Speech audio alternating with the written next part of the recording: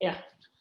So a warm welcome to everyone in the market के धुरंधर show. It's a talk show basically जहाँ पे हम हमारे जो मार्केट के धुरंधर है उनसे बात करते हैं और भाव से ज़्यादा भावना पे बात करते हैं. उनके एक्सपीरियंस को आप लोगों के साथ शेयर करते हैं जहाँ पे ये जान पाते हैं कि रेट तो सबको दिखता है, टेक्निकल पैरामीटर सबको दिखता है, फंडामेंटल्स के रेशियो सबको दिखते हैं, लेकिन किसको ये नहीं दिखता कि उसके पीछे सेंटिमेंट कैसे वर्क करता है. तो हम आपके लिए इस शो में उन महान लोगों को लेके आते हैं, उन एक्सपर्ट्स को लेके आते हैं जिनका अपना एक्सपर्टाइज है इस मार्केट में, और उनसे उनकी भावना पे बात करते हैं. जैसा आप सब जानते हैं, एट क्लब इसी इनिशिएटिव पे वर्क कर रहा है जहां पे हम लोग फाइनेंशियल एजुकेशन टू एग्जीक्यूशन पे काम करते हैं और लोगों को फाइनेंशियली लिटरेट करना चाहते हैं. मैं हूं आपका दोस्त और होस्ट आलोक दैया, founder and CEO of edification academy private limited. जैसा कि आप सब जानते हैं, एनएससी, बीएससी, सीए इंस्टीट्यूट, ये सब में रिसोर्स प्लानर और फैकल्टी होने के बाद हमने ये डिसाइड किया कि फाइनेंशियल लिटरेसी को और भी ग्राउंड लेवल पे आप लोगों के साथ जोड़ा जाए, समझाया जाए और इस दुनिया को इस इंडिया को स्पेशली फाइनेंशियली लिटरेट किया जाए. तो इसी मुहिम में हर बार हम किसी मार्केट के धुरंधर को लेके आते हैं, महान हस्ती को लेके आते हैं जो आपसे इंसाइटफुल तरीके से बात करे, दिल से बात करे. बाकी तो आप टीवी पे देखते ही रहते हैं, भाव मिल जाता है, रेट मिल जाता है, स्टॉप लॉस और टारगेट भी मिल जाता है. तो इसी कड़ी में आज हमारे साथ है रजत के बोस सर. और रजत सर के बारे में क्या बोलूं, जैसा कि आप सब मतलब कोई भी न्यूज चैनल अगर उठा के देखे तो सर का चेहरा आपको आपको रिलेट कर पा रहे होंगे. सर एक बहुत ही नामी गिरामी चेहरे हैं इस लिस्ट में. और सबसे मजेदार बात यह है कि एक एक इंसान के लिए ड्रीम कम ट्रू की तरह है मेरे लिए ये, क्योंकि जब मैंने अपना करियर स्टार्ट किया 2002 में, तब से लेकर अभी तक सर को सिर्फ टीवी में देखते आ रहा हूँ. आज ये मौका मिला है कि जब सर से इंटरेक्ट कर पा रहा हूँ और स्पेशली एक रिक्वेस्ट के कारण ये काम हो पाया कि सर हमारे साथ जुड़े. और मैंने सर को बहुत रिक्वेस्ट किया कि हमारे जो भी एथ क्लब के मेंबर्स हैं, जो हमारे जान पहचान के हैं, जो लिसनर्स हैं, जो ऑडियंस आगे सुनेंगे, हमारे जो इंटर्न्स हैं, ये सारे लोग ये समझे कि ये जो मार्केट में चीखा चिल्ली शोर गुल हो रहा है, इस शोर गुल के बीच में उस सन्नाटे से क्या आवाज आ रही है, जो आवाज आपको ट्रेडिंग में कहीं ना कहीं एक महारत हासिल करवा पाए, एक एक्सपर्टाइज दिलवा पाए.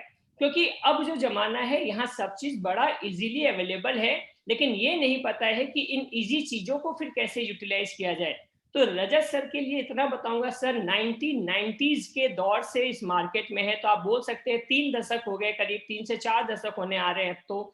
और इस 3 और 4 दशक का सर का जो एक्सपर्टाइज है, मतलब आप लास्ट तक इस इवेंट में जुड़े रहे, इस टॉक शो में जुड़े रहे. इसके लिए एक बात जरूर बताना चाहूंगा कि ये प्रोग्राम उन लोगों के लिए भी बड़ा हिम्मत देने वाला होगा जो नॉन फाइनेंस बैकग्राउंड से है. जी हाँ, आपको जान के बड़ा आश्चर्य हो रहा होगा कि सर का ऐसा कोई फाइनेंशियल बैकग्राउंड नहीं रहा, इवन फाइनेंशियल तो छोड़िए, कॉमर्शियल बैकग्राउंड भी नहीं रहा. एक लिटरेचर से शुरू कर कर जिन्होंने फाइनेंशियल लिटरेचर को लिखा है, ऐसे शख्स के साथ आज हमारा एक ये इवेंट शुरू होने वाला है. उम्मीद करता हूं आप सब इस पे ध्यान रखेंगे, वो ध्यान से सुनेंगे और ये जो मिथ्स है ना बहुत सारे, उस मिथ्स से बाहर निकल के फैक्ट्स पे बिलीव करेंगे. तो warm welcome Rajat sir and पूरे टीम की तरफ से, हमारे ऑडियंस धन्यवाद। की तरफ से दिल से थैंक यू कि आपने हमारा इनविटेशन एक्सेप्ट किया और आज आप इस शो पे आए सर. मैं भी आप लोगों को धन्यवाद देना चाहता हूँ कि आपने इस एडिफिकेशन एकेडमी की शो में बुलाए। यहाँ पे आके लोगों के साथ कुछ अपना जो अनुभव है वो शेयर कर पाऊँगा, ये सोच के मुझको बहुत अच्छा लगता है। क्योंकि बाकी जब भी टीवी पे आते हैं वहाँ पे तो सिर्फ कॉल देना होता है, और एक्चुअल में आज के दिन मैं उल्टा करूँगा, वो कॉल के पीछे क्या रहता है और कॉल आपको कितना हेल्प करेगा और आपके इसके पीछे जो रहता है वो आपको कितना हेल्प करेगा। तो ये इसके बारे में चर्चा करने की इच्छा है और सभी लोगों से मिलकर मीट कर रहा है, तो उसके कारण मुझको भी बहुत खुशी हो रहा है। I am very thankful that you have invited me here. Thank you sir. Sir, सबके मन में सबसे पहला सवाल आ रहा होगा कि आपकी ये जो जर्नी शुरू हुई 1990 से और अभी तक 2021 तक, कैसे ये जर्नी स्टार्ट हुई सर, और कैसा फील कर रहे हैं यहाँ तक पहुंच के सर? देखिए मैंने जब अपना पढ़ाई लिखाई करते थे, मास्टर्स पहले तो अंग्रेजी लिटरेचर पे किया था, उसके बाद में जादवपुर यूनिवर्सिटी से कंपैरेटिव लिटरेचर, उसको वर्ल्ड लिटरेचर बोल सकते हैं आप, वो पढ़े थे। और कभी इरादा नहीं था कि कॉमर्शियल फील्ड में आ जाऊं।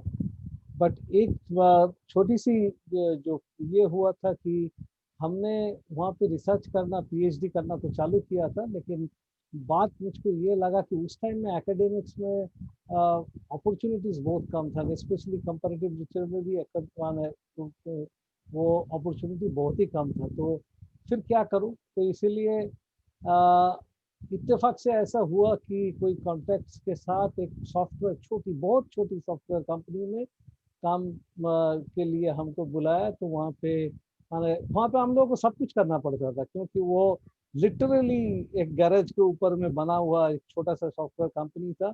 उसमें काम करना चालू किया। वो उसको सबसे बड़े क्लाइंट तो आईटीसी थे, और बाकी कुछ बाहर से भी, कभी इन्फोसिस भी उसका क्लाइंट हुआ करता था। बट मुझको अल्टीमेटली जो समझ में आया वहाँ पे कि हम को कोडिंग से ज़्यादा मार्केटिंग करना पड़ रहा है, वो मुझसे उतना होता नहीं है।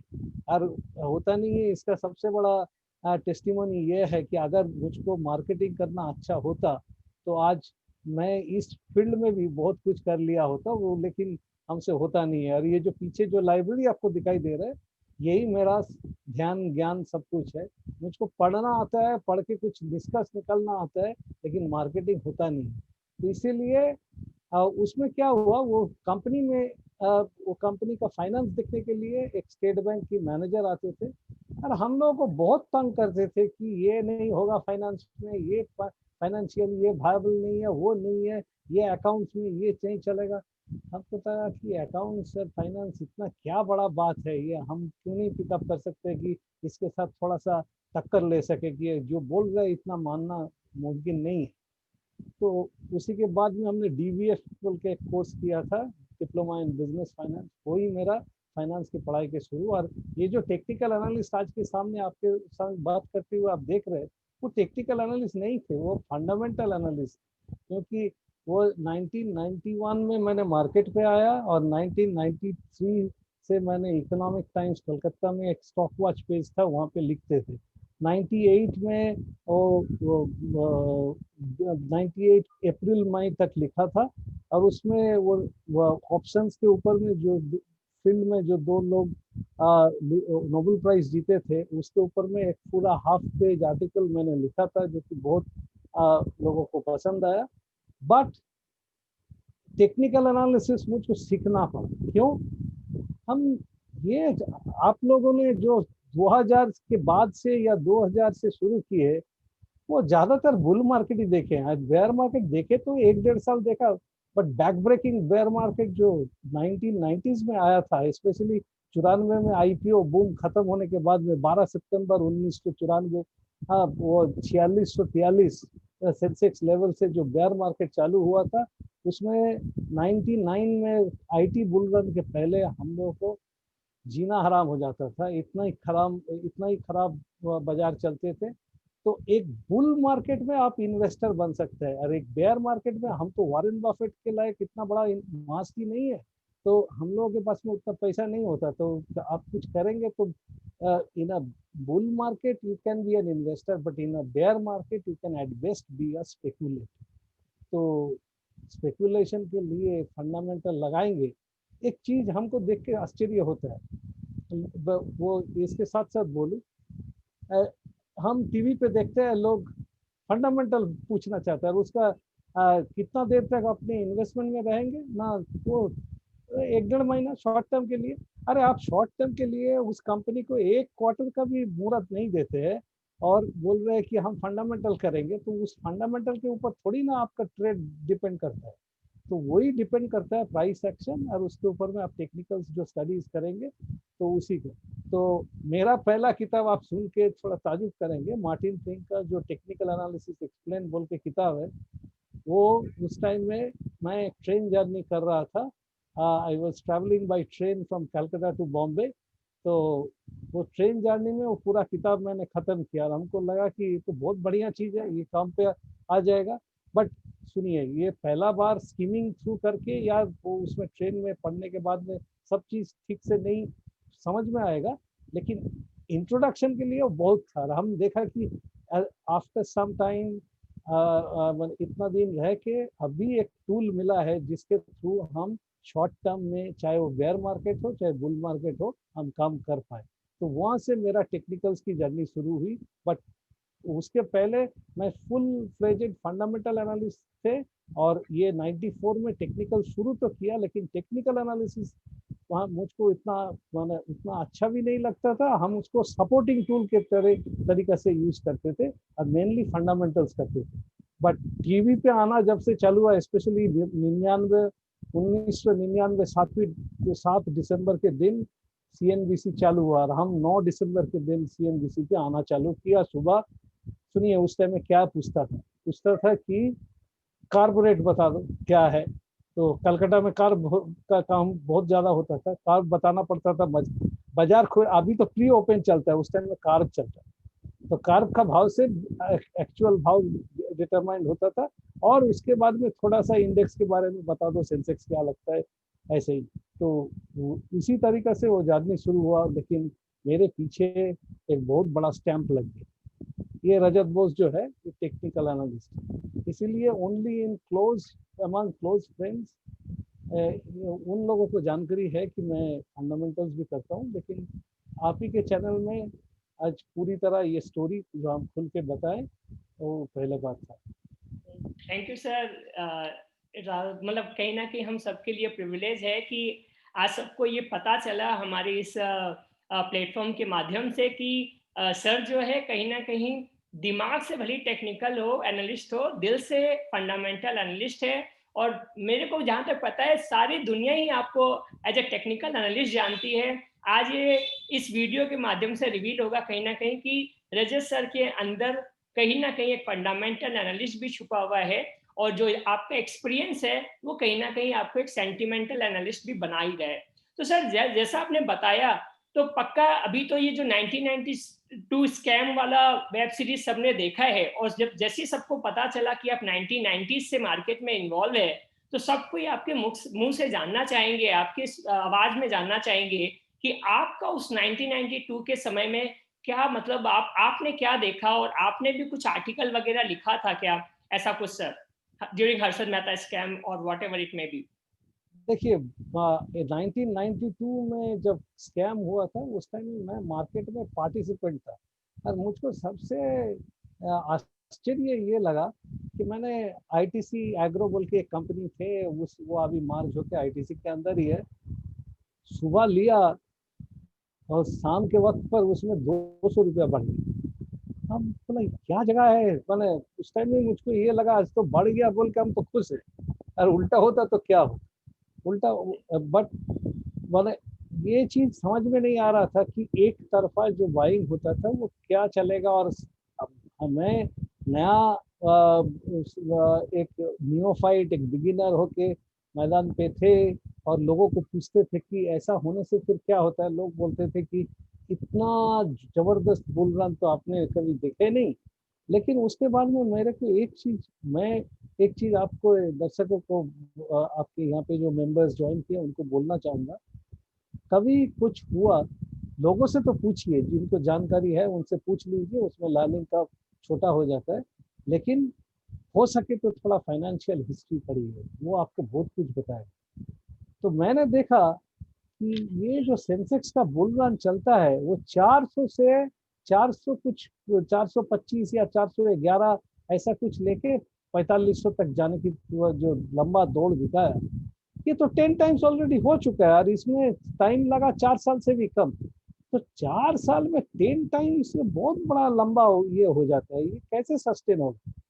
और ऐसा भी देखिए, हम उसको यही मानते हैं कि आपने मैंने हम उस स्टॉक को मैंने 250 रुपया प्रॉफिट में बेचा, सोचा कि अच्छा गेन हो गया। बट ये नहीं मुझ मन में आया कि मैंने बहुत कुछ कर लिया। क्योंकि मैं एक चीज हर बार सोचते हैं कि जो अभी किया है वो क्या कल भी मैं कर पाऊँ इसी तरीका से। तो वो अगर नहीं कर पाता हूँ तब ये मेरे कैलिबर से नहीं बना, ये इत्तेफाक से हो गया। तो वही सोचते हुए हम सोचता था कि अब डर लगता था, ये कल जहाँ पे एंटर किया आज कहाँ पे एंटर करेंगे।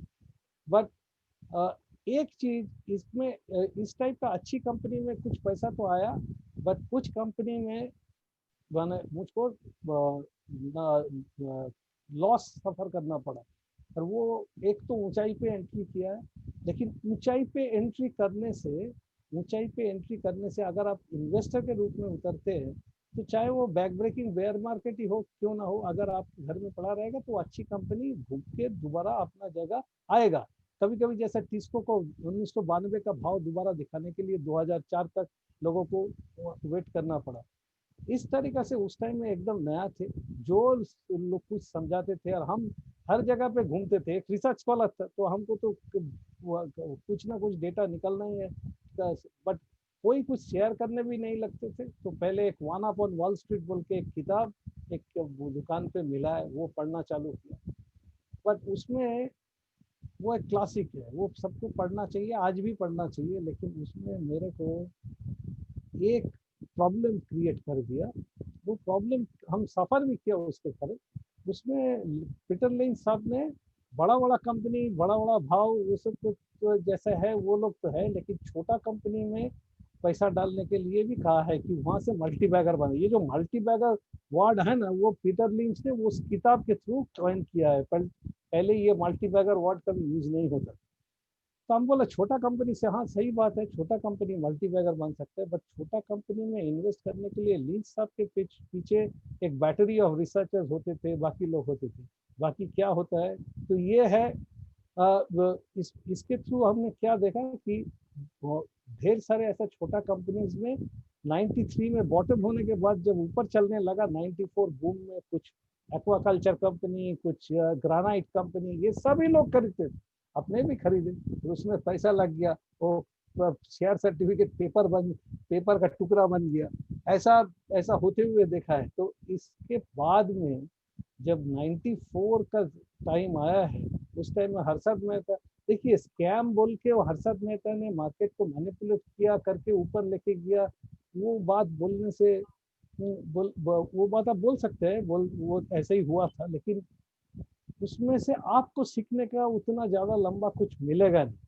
लेकिन जो चीज़ में मिलेगा वो ये है कि 94, 2000, 2007, 2007-8, ये जब आप नहीं कहता, यू कैनॉट यू कलकत्ता में आप 2000 में भी बोलते थे कि केतन पारेख, और यहाँ पे एक डॉक्टर का नाम भी मैंने भूल गया, ग्लोबल कलकत्ता। ट्रस्ट बैंक हाँ global trust bank Ketan Parekh. नहीं, वो केतन पारेख का यहाँ पे एक Sanjay Singhania, I think Singhania was नहीं, देयर। सिंगानिया नहीं था, संजय, वो कुछ एनीवे, किसी का नाम लेने से कोई फायदा नहीं है। बात क्या है कि वो आदमी ले रहे और गाड़ी दौड़ रहे, ये बाद में गिरेगा तो जो इन्वेस्टर है वो गाली देगा, हर्षद मेहता को गाली देगा, केतन पारेख को गाली देगा, उसमें से कोई फायदा नहीं है, कोई फायदा नहीं है। Actually the game is being played in your mind. जैसा आप कह रहे हैं ना, सेंटिमेंट, अभी का सेंटिमेंट देखिए, आपको किसी के साथ बेयर मार्केट का बात करने से बोले आपको भगा देगा, बोले क्या बोल रहे हैं, ये बाजार इतना अच्छा चल रहा है, हर रोज पैसा बनता है और आप बेयर मार्केट का कहानी सुना रहे हो, बेयर मार्केट। और ऐसा भी एक बात है, बेयर मार्केट ठीक है कभी ना कभी आएगा, लेकिन बेयर मार्केट आने की कुछ स्पेसिफिसिटीज होते हैं कि उसके बाद में आप बेयर मार्केट को देखेंगे। जैसा इस डिस्कशन के अंदर मैं आप लोगों को ये भी बताऊंगा कि ये जो बुल रन चल रहा है, इसमें बेयर मार्केट की संभावना कब दिखेगा, जबरदस्त रूप से दिखेगा। बट अभी सिर्फ बोलने से कोई फायदा नहीं है। ये तो हम लोग कब से बोलते आ रहे हैं कि मार्च का लो बना है, फिर एक लो बनेगा, उसके बाद चलेगा, एलियट वेव में ये एक फिर नीचे जाने का है तो ऊपर जाएगा, ये सब बोलने का कोई फायदा नहीं है। उसके बेहतर ये है कि आप मार्केट को फॉलो कीजिए। और जो चीज मैंने अभी थोड़ी देर पहले कह रहे थे कि फाइनेंशियल हिस्ट्री पढ़िए, वो आपको बहुत इंसाइट देगा। स्पेशली इफ पॉसिबल, हम आपकी ये चैनल के माध्यम से सब को बोलना चाहूँगा कि एक बार economic history of United States, उसके ऊपर में शायद एक पेपरबैक सीरीज है, वो बहुत ही अच्छी किताब है ना, शायद 10 वॉल्यूम की ऐसा, वो अगर आप पढ़ पाए कि उसका एक वेब ब्रीज एडिशन भी पढ़ पाए तो आपको बहुत कुछ यहाँ पे जो हो रहा है वहां पे भी दिखेगा। Right right sir. बाकी ऑडियंस को भी ये बोलना चाहूंगा कि अगर कोई नाम मिस हो रहा है तो आप चिंता मत करिएगा, हमारी टीम से कांटेक्ट कर लीजिएगा। टीम आपको सर जो भी नाम सजेस्ट कर रहे हैं वो नाम आपको बाद में ईमेल के थ्रू भेज दिया जाएगा। आप फिलहाल में सर जो बता रहे हैं उस पर ज़्यादा फोकस करिएगा, क्योंकि एक बहुत ही सुनहरा मौका है जहाँ पे हम एक ऐसे इंसान का एक्सपर्टाइज शेयर कर रहे हैं जो जिन्होंने 30 साल देखा इस मार्केट का, राइट। और कोई भी स्कैम, तो इसलिए हमने इस सेशन का नाम भी टेक्निकल से ट्रेडिंग रखा। देखिए टेक्निकल्स के लिए बहुत सारे रिसोर्सेज ना फ्री में अवेलेबल है, to be very honest. But वो जो इनसाइट है ना, जब आदमी दिल से बोलता है, ये बहुत रेयर कॉमोडिटी है, बहुत रेयर सर्विस है, रेयर रेयर फीलिंग है। तो इस फीलिंग को एंजॉय करिए, शायद आप सबको समझ आएगा, मजा आएगा कि कैसे सर ने सारी चीजों को देखा। तो रजत सर, एक और सवाल मेरे मन में आ रहा है, ताकि ये जितने यंगस्टर्स भी हमारे साथ आज जुड़े हुए हैं, इनके मन में ये है कि वो जो एरा था जो आपने देखा 1990 से, और अभी वाला एरा जो है 2020 वाले अभी भी समझ के चलते हैं, इस दोनों 1990 एंड 2020, राइट, तो इस दोनों में फर्क क्या रहा, और एक इन्वेस्टर या ट्रेडर के सोच में कैसा चेंजेस आना चाहिए जो उसको अच्छा, मतलब मतलब उसके इन्वेस्टमेंट के लिए या उसके ट्रेडिंग के लिए हेल्पफुल हो सर। देखिए इसमें मैं एक चीज बोलना चाहूंगा कि 1990 स्पेशली ये जो हर्षद मेहता बूम, इसमें इसमें लोगों को लॉस लगा, किसी ने मैनिपुलेट किया, कुछ सिंडिकेट ने मैनिपुलेट किया, कोई भी जो भी आप बोलना चाहे बोल सकते हैं, बट इतना ये तो अच्छा किया ना कि वो 90s के जो शुरू में स्टॉक मार्केट जो मूवमेंट आया था, उसमें से इंडिया में जो स्टॉक मार्केट कल्चर अभी पैदा हुआ है, वो तो मैं कहूँगा कि उसी वक्त पैदा हुआ। उसके पहले रिलायंस का इशू जब 77 में आए थे, तब मैंने भी बहुत छोटा था, स्कूल में पढ़ते थे।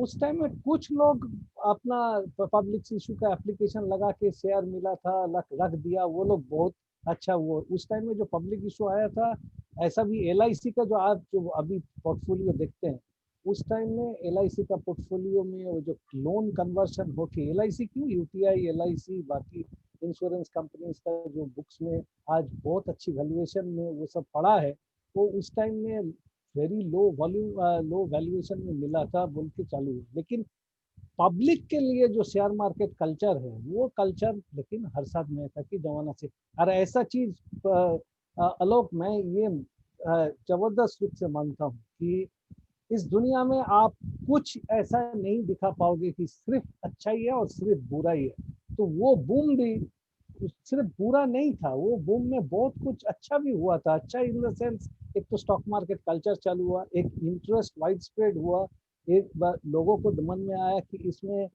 ऐसा सिर्फ खबर के थ्रू काम करे, ऐसा नहीं होना चाहिए, स्टडीज करना चाहिए। वो होने के बाद में अपने देश में फॉरेन इन्वेस्टर आया, ये सब हुआ था। बट एक मेजर थिंग तब भी चालू था, जो कि आप पूछ रहे थे ना कि फर्क क्या है। फर्क सबसे बड़ा ये है कि उस टाइम में आपको एक चीज पता होगा कि there is a thing called inter market technical analysis. मतलब आप कमोडिटी स्टडी करेंगे, आप माने बुलियन स्टडी करेंगे, आप करेंसी मार्केट को स्टडी करेंगे, एज वेल एज आप की स्टॉक मार्केट को स्टडी करेंगे। और इसमें सभी लोग जानते हैं कि करेंसी मार्केट सबसे बड़ा है, उसके बाद में कमोडिटी है, और उसके बाद में आपका स्टॉक मार्केट, जो कि वेन डायग्राम बनाने से ये बहुत छोटा निकलेगा। तो बट एक चीज है, छोटा तो है लेकिन सबसे ज्यादा क्या बोलते हैं, शान बान जो है वो स्टॉक मार्केट को ही मिलता है, क्योंकि यहाँ पे रियल कंपनीज के बारे में बातें किए जाता है। वहाँ पे कमोडिटीज बोलिए, करेंसी बोलिए, वो एक्चुअली ज्यादातर प्रोफेशनल या डेडिकेटेड पीपल वहाँ पे रहता है, ऐसे ही था। बट इन मार्केट्स में अच्छी रिलेशन थे। जैसे कि आप देखिए, HR कॉयल का प्राइस बढ़ने जा रहा है, बढ़ता जा रहा है, जिस तरीके से बढ़ता जा रहा है, उसके बाद में आपको देखा कि Tata steel, steel authority, JSW steel, JSPL सभी कितना जोर से बढ़ना चालू किया। हाँ, थैलिक एनाइड्राइड, मैलिक एनाइड्राइड बढ़ने से थिरुमलाई केमिकल्स, IG पेट्रो बढ़ने लगता है। दिस काइंड ऑफ रिलेशंस अभी भी प्रिवेल करता है। लेकिन वो जो ये आपका जो मार्फी मार्फी का जो किताब है इंटर मार्केट टेक्निकल एनालिसिस के ऊपर, उसके बाद में वो एक दूसरी किताब भी लिखा था inter market analysis, inter market technical analysis पहला किताब था। उसमें इतना अच्छा से वो इंटर मार्केट के रिलेशनशिप डिस्कस किया। वो रिलेशनशिप जो था वो उनको भी बाद में चेंज करना पड़ा, बोलना पड़ा कि ये अभी इतना काम नहीं कर रहा है, हमारा है, क्यों क्यों वो काम नहीं कर रहा है उसको समझाने के लिए। तो वो उस टाइम में बहुत अच्छा काम करता था, सिर्फ अपने मार्केट पे नहीं, आप Japanese market, US market, European markets, सब जगह पे काम करता था। अचानक क्या हुआ, ये टेक बूम जब बास्ट होने लगा ना, उसके पहले एक थोड़ा सा आप लोगों को थोड़ा फाइनेंशियल हिस्ट्री बता रहा हूं। ये जो आज के दिन आप देख रहे हैं ना 5% एफडी रेट, 5.25%, ऐसा सिचुएशन अमेरिका में भी हुआ था। उसके पहले छोटी सी एक चीज बता रहा हूँ। जिमी कार्टर का प्रेसिडेंसी जब खत्म हो रहा था उस टाइम में अमेरिका में हाइपर इन्फ्लेशन, तो हाइपर नहीं बोलना चाहिए, बहुत ज्यादा इन्फ्लेशन हो गया। इन्फ्लेशन 17% तक चढ़ गया था। तो उस टाइम में अपना ये जो पॉल वोल्कर साहब, जिसके बारे में बहुत चर्चा हो रहा था 1-2 साल पहले, वो यूएस फेड का गवर्नर था, उन्होंने इन्फ्लेशन को कंट्रोल करने के लिए 17% इन्फ्लेशन रेट हाई हुआ था और 19% हाई कर दिया उन्होंने शॉर्ट टर्म इंटरेस्ट रेट। ये शॉर्ट टर्म इंटरेस्ट रेट बहुत डेंजरस चीज होती है। ये हाइक के इन्फ्लेशन को तो कमर जो है वो तोड़ दिया, उन्होंने तोड़ दिया। बट उसके बाद में एक चीज हुआ कि इन्फ्लेशन टूट गया, उसके बाद में रेट्स भी नीचे आया। रेट्स नीचे आते आते एक चीज हुआ कि अभी जो हम लोग यहाँ पे जैसा रेट्स होता है वहाँ पे भी उनका जो रेट्स पहले होते थे उसके अनुसार रेट्स 90s के शुरू में बहुत कम हो गया। और उस टाइम में वोल्कर को रिप्लेस किया एलन ग्रीन्सपैन साहब।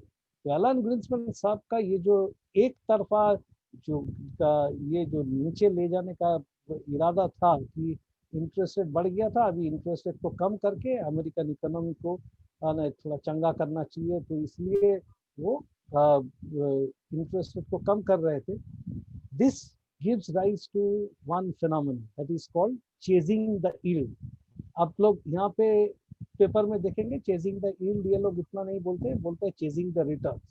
आपको 5% रिटर्न के मतलब क्या हुआ? 5% रिटर्न आज के दिन जो आपको मिलता है उसका मतलब ये हुआ कि आपका पर्सनल इन्फ्लेशन रेट, वो सीपीआई डब्ल्यूपीआई मत देखिए, आप जो सामान खरीदते हैं उसमें जो घर पे लगते हैं उस पर आपका जो इन्फ्लेशन रेट वो 10 से कम नहीं होगा। अब पिछले साल जो था वो उसके ऊपर में अभी आपको 10% एक्स्ट्रा देके वो सेम चीज हासिल करना पड़ेगा। दैट मीन्स इसमें एक बहुत बड़ा प्रॉब्लम आ गया। प्रॉब्लम क्या हुआ? जो आप जो लोग एफडी, जो लोग ये सब म्यूचुअल फंड में करके रखे थे, मंथली इनकम स्कीम ये सब में डाला था पैसा, उनका वो पैसा से अभी कम नहीं चल रहा।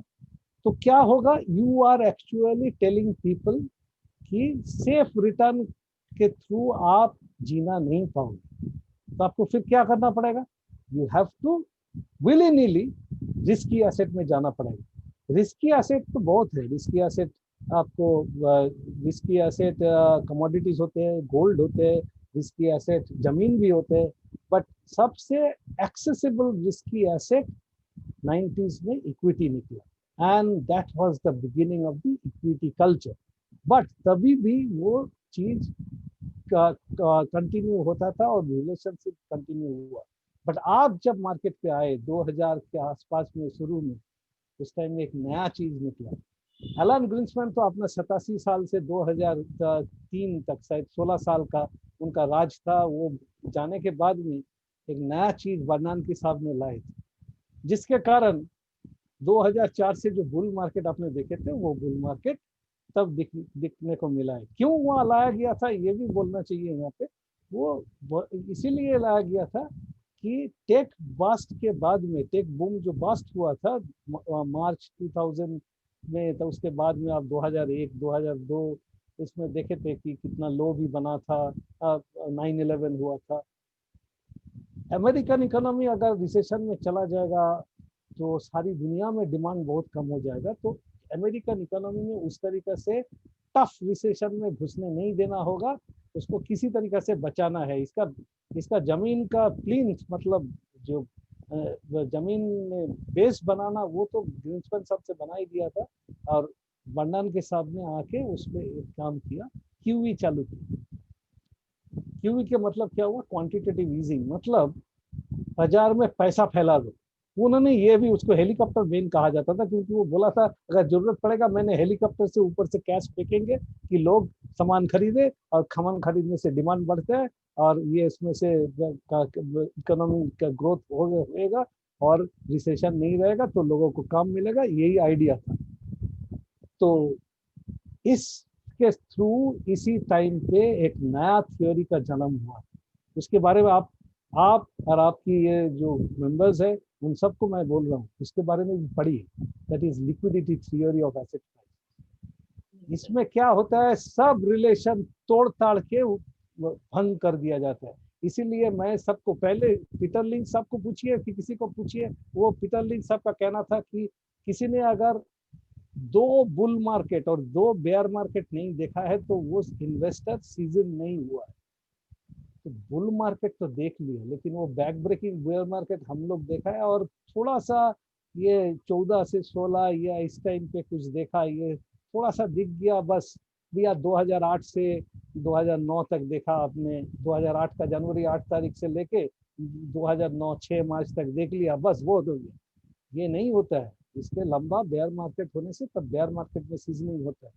पर इस टाइम में एक चीज हुआ, मुझ जैसा पुराने आदमी जो है, हम लोग सोचते हैं कि अरे इतना बढ़ गया, इतना वैल्यूएशन ओवरस्टेस्ट हो गया। अभी वैल्यूएशन का नाम कोई नहीं लेता। वैल्यूएशन के हिसाब से आप किसी, बहुत सारी चीज है, जैसे ये मान लीजिए कि डिक्सन टेक्नोलॉजीज या बहुत सारे काउंटर्स है, वो आप actually you are projecting FY23 earnings, 24 earnings, उसके हिसाब से उसको जस्टिफाई करते हैं। मतलब ये आपका सोच में है, वो अभी तक रियलिटी नहीं बना है। तो वैल्यू इन्वेस्टिंग बैक सीट हो गया था। तो ये जो फर्क आप बोल रहे हैं ना, ये फर्क यही हुआ है, लिक्विडिटी जो बाजार में है इट कैन ओवरराइड एवरीथिंग। और आपके इस शहर में मैंने एक Birla institute of futuristic studies बोल के ये था, उसमें पढ़ाते थे। उस टाइम में अपना जो स्टूडेंट थे उन लोगों को मैंने बोला, you know who is the biggest bull, the biggest bulls are the central banks of the world. If the central banks decide to open their tap and release money, आप टेक्निकल्स करो, fundamentals करो, value investing करो, कुछ भी करो, उससे कोई काम नहीं आएगा। वो जब गाड़ी ऊपर चलता है वो चलता ही रहेगा। तो this is the major difference. पुराने जो इकोनॉमिक रिलेशनशिप्स होल्ड करते थे वो अभी नहीं करता है। नहीं तो economic relationships were getting reflected in prices, वो दिखाई देता था।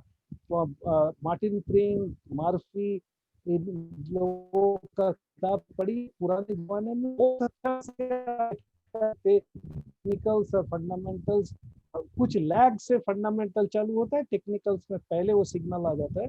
लेकिन अभी एक ही चीज आप बोल सकते हैं, लिक्विडिटी। तो इसमें हम आप लोगों को एक चीज बोलना चाहेगा, जो हम तो अपना क्लासेस अपना क्लाइंट लोगों को बोलते हैं, वो ये है, पैसा है तो सब कुछ सस्ता दिखता है, और पैसा नहीं है तो सब कुछ महंगा दिखता है। तो अभी पॉकेट में सबको पैसा है तो इसीलिए सब कुछ सस्ता दिखता है।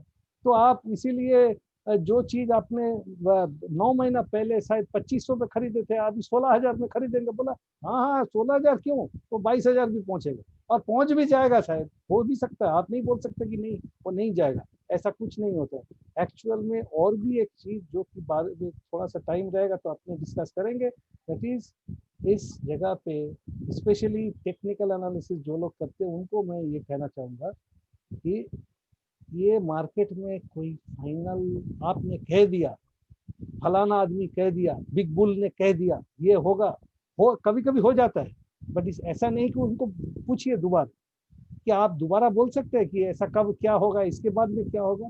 वो पहला बार एक ये नासीम तालेब का एक किताब था ब्लैक स्वॉन, उसमें नासीम तालेब ने दिखाया हर एक आदमी जो बड़ा फिगर बन गया ना इंटरनेशनली, जैसा कि मार्क पावर एंड ऑल, इन लोगों का शुरू का जो किताब था या उसमें जो प्रेडिक्शन था वो एकदम टू द टी मिला, बट उसके बाद में जो वो प्रेडिक्ट करते हैं कभी भी नहीं मिला। इसका कारण यही है कि वो रिलेशनशिप भी कुछ बदल जाते हैं। इसलिए यहाँ पे अपने बोल देंगे, ये बाद में आएगा कि हमने ज्ञान के थ्रू ये लेवल निकाला, एलियट वेव का इतना प्रोजेक्शन आया, वो उसमें से ही बेयर मार्केट चालू होगा। ऐसा आपको मैं बोल रहा हूँ, एक बार मैंने बोल दिया, वो इत्तेफाक से राइट हो गया। 6181 में निफ्टी का टॉप बनेगा, वहां से गिरेगा, इत्तेफाक से वो एकदम वही लेवल से गिरना चालू हुआ। बस मेरे पास में बॉम्बे से फोन आया, आप क्या एस्ट्रोलॉजी करते हैं, आप क्या क्या करते हैं, इलियट वेव करते हैं कि ज्ञान करते हैं, क्या करते हैं?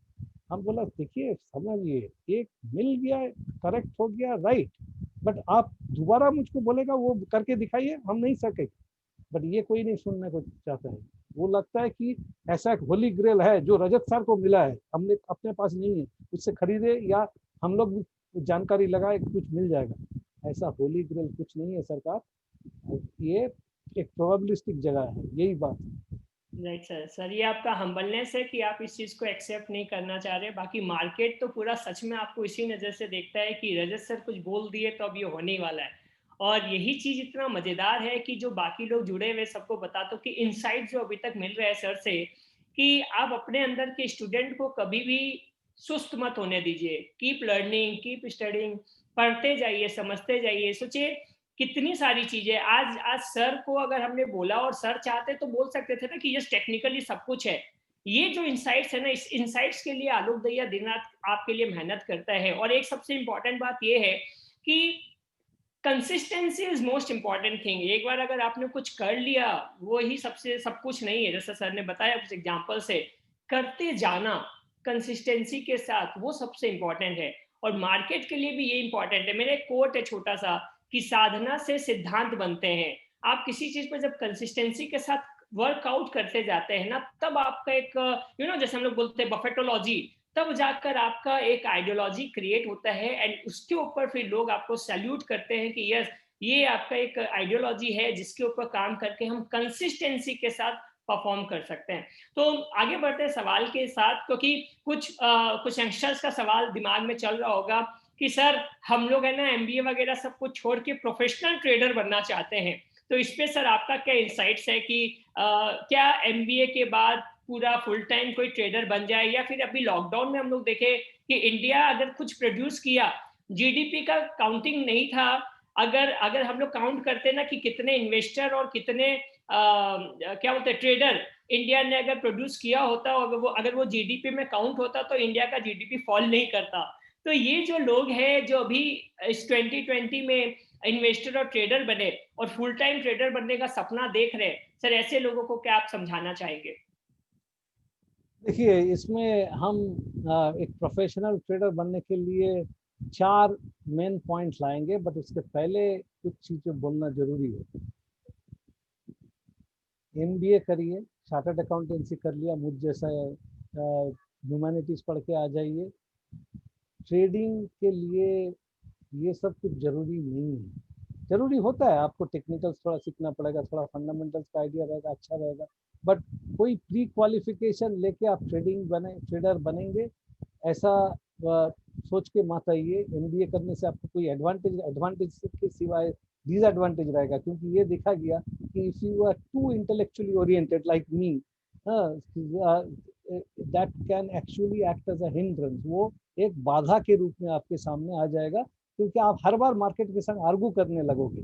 यही सबसे बड़ा प्रॉब्लम होता है। लेकिन ये एक मैंने एक 4 पॉइंट पिक करके रखा था, वो मैं पहले पॉइंट्स को कह रहा हूँ और उसके बाद में आपको ये दे देंगे, जो कि आप आपका दर्शकों के संग बाद में जो विजुअल कुछ लगाना चाहेंगे तो उसमें लगा सकते हैं। तो ये बहुत ही इम्पोर्टेंट है। एक तो पहले ये है कि मार्केट में कोई सर्टेनिटी नहीं होता है। कई हाथों की चंद्र लकीरों का वो बात भी नहीं है, और वो पत्थर की लकीर पे लिखा हुआ ऐसा कुछ नहीं। एक चीज बोलता हूँ, ये भी एक कॉन्फेशन है। हमने ज्ञान के ऊपर में विलियम डेल्बर्ट ज्ञान, ये एक मेथोडोलॉजी है, इसके ऊपर में बहुत स्टडीज किया, बहुत उसको समझने का चेष्टा किया। क्योंकि भाई आपने बोला ना, मैंने भी बोला, आप लोगों भी सोचता है होली ग्रेल है, तो ज्ञान इतना करेक्ट एकदम 1929 का क्रैश, कितने बजे आओगे, कहाँ से शुरू होगा, वो बोल दिया था। तो वो डेफिनेटली कुछ मेथोडोलॉजी है, उसको आपने को पकड़ना चाहिए, उसको समझना चाहिए। एक चॉइस वो था, और दूसरा चॉइस था कि हम जो बताने अभी जा रहे हैं वो। बट आप अगर मुझको पूछेंगे मैंने कौन सा चुना था, जबकि अर्ली 2000 में ये अपॉर्चुनिटी आया, बहुत टॉय किया था मन में कि कौन सा चीज हमको करना चाहिए। बट ऑलरेडी तो टीवी पे आते हैं, गुरु तो बन ही चुके हैं, तो गुरु तो और भी जबरदस्त रूप से बन जाएंगे ना, अगर वो बोल पाएंगे तो वो पकड़ लिया। But I am telling you, 30 साल, कोई भी, ये मेरा 30 साल हुआ है, किसी का 25 साल होता है, ये जो मोमेंट जिसमें से ये आपको समझ में आता है ना कि होली ग्रेल कुछ नहीं, कोई भी मेथोडोलॉजी होली ग्रेल नहीं है। सुन लीजिए, अगर अच्छा लगे तो बहुत अच्छा है, नहीं तो यही मेरी तरह आपने 10 साल 20 साल की 30 साल बाद में आपको समझ में आएगा कि होली ग्रेल है नहीं। और जो मैं कहना चाह रहा हूँ, पहले कुछ चीज बोलने का बोला था, वो उसमें से ये जो पॉइंट्स वगैरह वो जरूर देंगे, उसके पहले हम कुछ सुनाने चाहते हैं। सबसे बढ़िया चीज ये है, आप चाहे कितना ही कैपेबल क्यों ना हो, एक चीज सोच के आइए, ये मेरा का बात नहीं है, ये अमेरिका में प्रोफेशनल ट्रेडर्स का कम्युनिटी में मैं था, उसमें वो लोग का बात से सुना है। हमारा अभी नाम याद नहीं आ रहा है, शायद क्लिफोर्ड एस्मिथ की ऐसा कुछ नाम था। He said in one day in a post, he said, अरे एक कुछ जूनियर क्लाइंट का बारे में बात करता था, तो बोला उपाय नहीं है ये, ये आदमी कभी सकेगा नहीं, इससे होगा नहीं ट्रेडिंग में सक्सेस। तो बोला क्यों नहीं होगा? बोला इसका कैपिटल इतना कम है कि वो सक्सेस हो नहीं पाएगा उसको।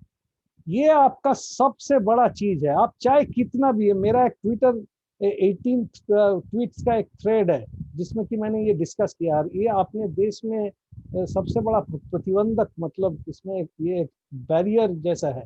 ये सेबी और एनएससी मिलके जो कॉन्ट्रैक्ट साइज बहुत बढ़ा दिया है ना, इसके कारण क्या हुआ, अब एक चीज देखिए, एक कॉन्ट्रैक्ट साइज आज के दिन 10 लाख के हो गया।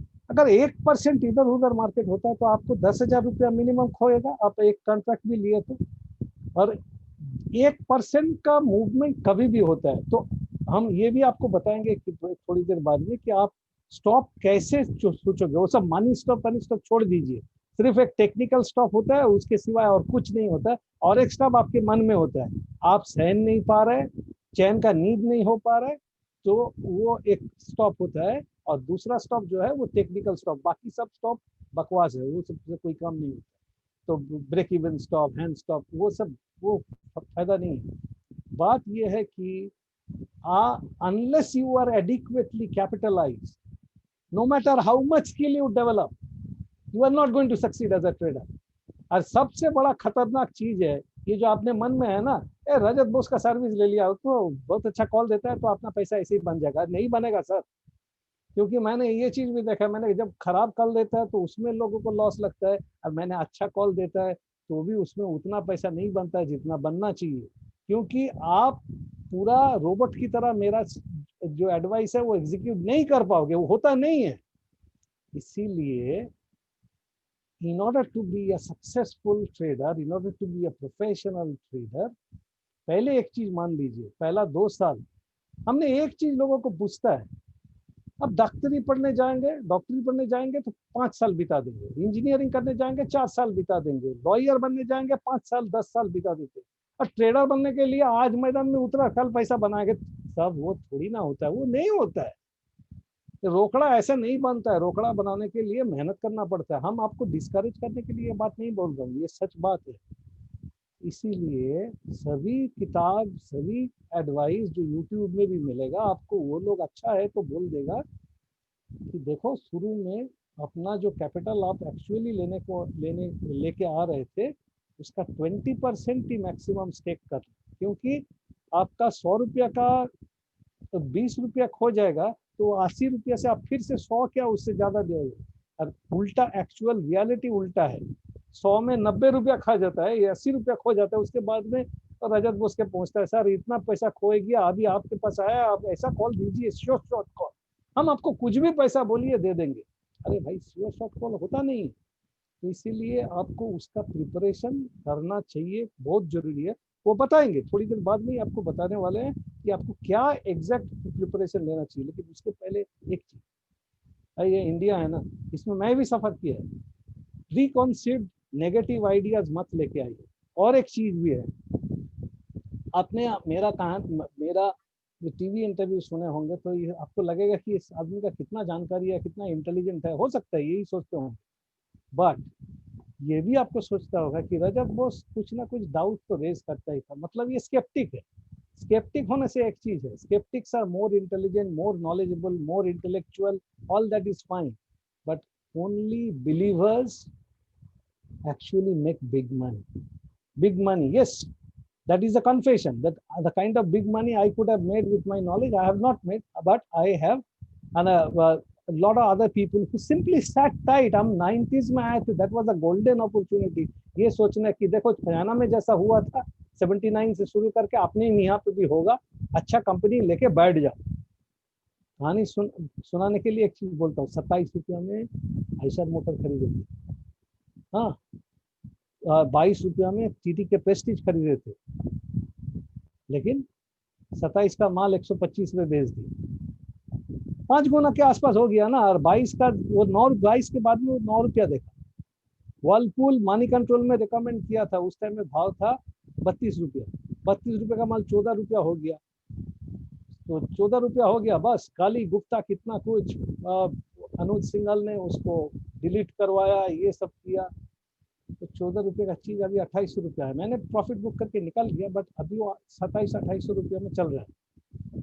कितना टाइम से, 2006 से लेके आज 2020 2021, 15 साल, 15 साल में 14 का माल अभी 2800 रुपया। You have to sit tight, that makes a good money. How is this possible? ये इसलिए पॉसिबल होता है कि ये एक इमर्जिंग इकोनॉमी है, इसमें इस टाइप का ग्रोथ होने वाला है। दूसरी बात मैं आपको ये भी बता दूं, अगर आपका नजरिया 30 साल कभी रहेगा, बोलेंगे सर क्या बात कर रहे हैं, 1 साल भी नहीं रहता 30 साल, बट 30 साल में इवन अमेरिकन मार्केट में 100 बैगर बनता है, 100 बैगर बनता है अगर आपने अच्छा कंपनी लिया तो। ठीक है, उसके बाद में आते हैं, बट प्री कॉन्सेप्ट नोशन लेके मत आए, specially negative pre concept notion. जैसा मेरे को कोई मेरा घर पे आके मेरा पापा मम्मी को किसी ने बोल दिया था कि इनको कभी मोटरसाइकिल चलाने मत दीजिएगा, एक्सीडेंट हो जाएगा। बस हो गया कमाल, वो तो मोटरसाइकिल चलना मेरा कभी हुआ ही नहीं। शौक था लेकिन नहीं हुआ, क्योंकि मम्मी इतना रोएगी कि वो बच्चा मर जाएगा ना। This kind of preconceived ideas, notion एकदम छोड़ दीजिए, ये आपके मन में रहना ही नहीं चाहिए। उसके अगर पॉजिटिव एफर्मेशन सच्ची में वो काम रहता है, सच्ची में आप काम आता है, आपको पहले सोचना चाहिए। अरे स्टेटस लोग ये टाइप का चीज बोलता है, मैंने लिया ना वो तो गिरेगा ही, ये कभी मत बोलिएगा, कभी मत बोलिएगा, क्योंकि you will make it sure that your prophecy is successful. You will by at a price, वहां से तो गिरना ही है, मूवमेंट खत्म हो। क्यों बाद में आप फिर बोलेंगे देखो मैंने खरीदा वो गिर गया ना, पहले नहीं हो रहा। These are not the things that you do. Anyway, now coming to the critical points of trading. कोई होली ग्रिल नहीं है, ये बात मैंने पहले ही कहा है। फर्स्ट थिंग इज, कैसीनो देखा है ना, और देखा नहीं है तो सुना तो है। Learn to think in probabilistic terms, probabilistically in trading. Why probabilistically thinking के मतलब क्या हुआ, हम आपको समझाते हैं। सबसे बड़ा एग्जांपल होता है कैसीनो। कैसीनो में सब लोग पैसा नहीं खोते, और सब लोग एक दिन जाएगा और पैसा कमा के आ जाएगा, ये सब ही नहीं।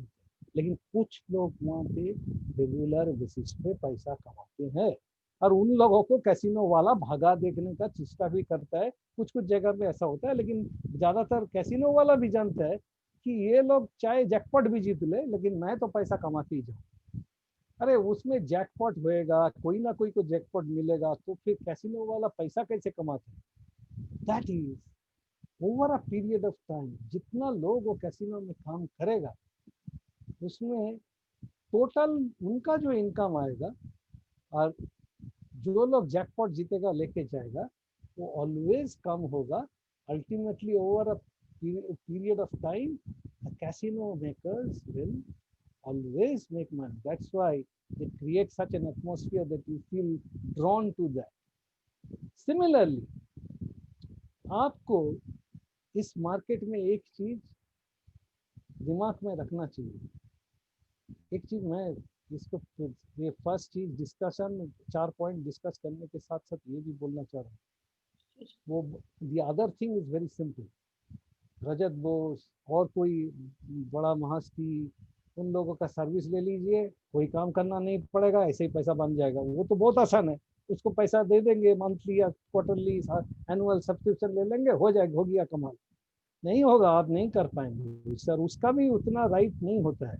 अरे स्पेशली टीवी पे आएगा तो टीवी वाला कॉल रॉन्ग होने का चांसेस ज्यादा है। वो आपको समझा दूंगा क्यों टीवी पे कॉल ज्यादातर रॉन्ग होता है। लोग गाली देता है एनालिस्ट, बट उसका एनालिस्ट का उतना दोष नहीं है जितना दोष ये सिस्टम का है। वो बाद में आता हूँ, लेकिन ये चीज सोच के रखिए कि हम जो बता रहे पहले ही हम आपको बोला कि over a period of time you are going to be a winner. That means you are looking at one single trade. हमको किसी बहुत बड़ा एनालिस्ट ने एक बार कहा था, उस काउंटर में हमको 3 बार लॉस लग गया, हम जब तक उस काउंटर में पैसा नहीं बनाएगा। हम उनको बोला सर आपको उस काउंटर से क्या दुश्मनी है? वो काउंटर क्या आपको जानता है? नहीं जानता। वो मुझसे भी सीनियर है। तो वो काउंटर थोड़ी ना आपसे कोई दुश्मनी है। आपको वो काउंटर आपको सूट नहीं कर रहा, छोड़ दीजिए। आपको पैसा बनाने से मतलब है कि उस काउंटर में पड़े रहेंगे, ये क्या बात है? ऐसा तो जरूरत नहीं है, लेकिन उसमें ही जाना है। नहीं, ये ऐसा बात नहीं है। You look at things as a portfolio of trades, कि हमने 15 ट्रेड 30 ट्रेड लिया है, उसी ट्रेड में हमने टोटल नेट पैसा कमा के गया है। जैसा मैं एक ट्रेडर के बारे में बोल रहा हूँ, वो डे ट्रेडर था। अभी शायद काम करता है कि नहीं करता है नहीं मालूम, क्योंकि अच्छा पैसा बना लिया होगा, हो सकता है कि वो नहीं है। तो ये जो ट्रेडर के रूप में ये जो ट्रेडर था, इसका नाम विनय था, सॉरी विपिन था। ये विपिन जो था, ये हमने उसको पूछा विपिन बाजार क्या लगता है? रजत दा क्या पूछ रहे हैं, बाजार क्या लगता है? हम तो वो कीबोर्ड से उड़ गया मेरा और कुछ दिमाग में नहीं है। कल सुबह बैठेंगे देखेंगे तब समझेंगे, उस टाइम में ट्रेड लेंगे। इसी तरीके से उसका कोई प्रिपरेशन कुछ नहीं लगता था, लेकिन उसको भाव देखने से उसको समझ में आ जाता था कि किस तरफ जाने वाला है, उसी तरफ वो ट्रेड लेता है। और उसका फिंगर्स बहुत निम्बल होता था, वो बहुत अच्छा चलता। तो इसी तरीके से वो पैसा बनाते थे। ये पैसा बनाते थे तो बहुत अच्छा काम करते थे। उसको मन में कोई, उसको पूछिए बाजार कैसा जाएगा, इकोनॉमी क्या कर रहा है, बोला वो सब नहीं जानता हूँ सर, वो सब मुझसे मत पूछिए, हमको सिर्फ बाजार में बैठने, वो टर्मिनल के सामने बैठ के काम करना आता है, बस वही है, बस उतना ही जानता है। एंड आई आस्क्ड हिम कि आपको लॉस नहीं लगता है? बोले जरूर लगता है, दिन में कितने सारे ट्रेड मेरा गलत होता है, लेकिन हम जल्दी काट के निकल जाते हैं। मतलब क्या होता है कि वो दिन के अंत में जो पैसा बनाता है, कभी कभी ऐसा भी होता है विपिन उस दिन नेगेटिव रिटर्न लेके आ गया, बट वो जो ट्रेडिंग करते हैं उसमें वो कभी, एक चीज है कि कभी ये नहीं मानते कि हमको हर ट्रेड में पैसा बनाना होगा। ये एक वेरी बिगिनर नॉविस टाइप का पर्सन का आइडिया है। ऐसा होना नहीं चाहिए। आप ट्रेड में पैसा बनाओगे over a period of time and over a number of trades.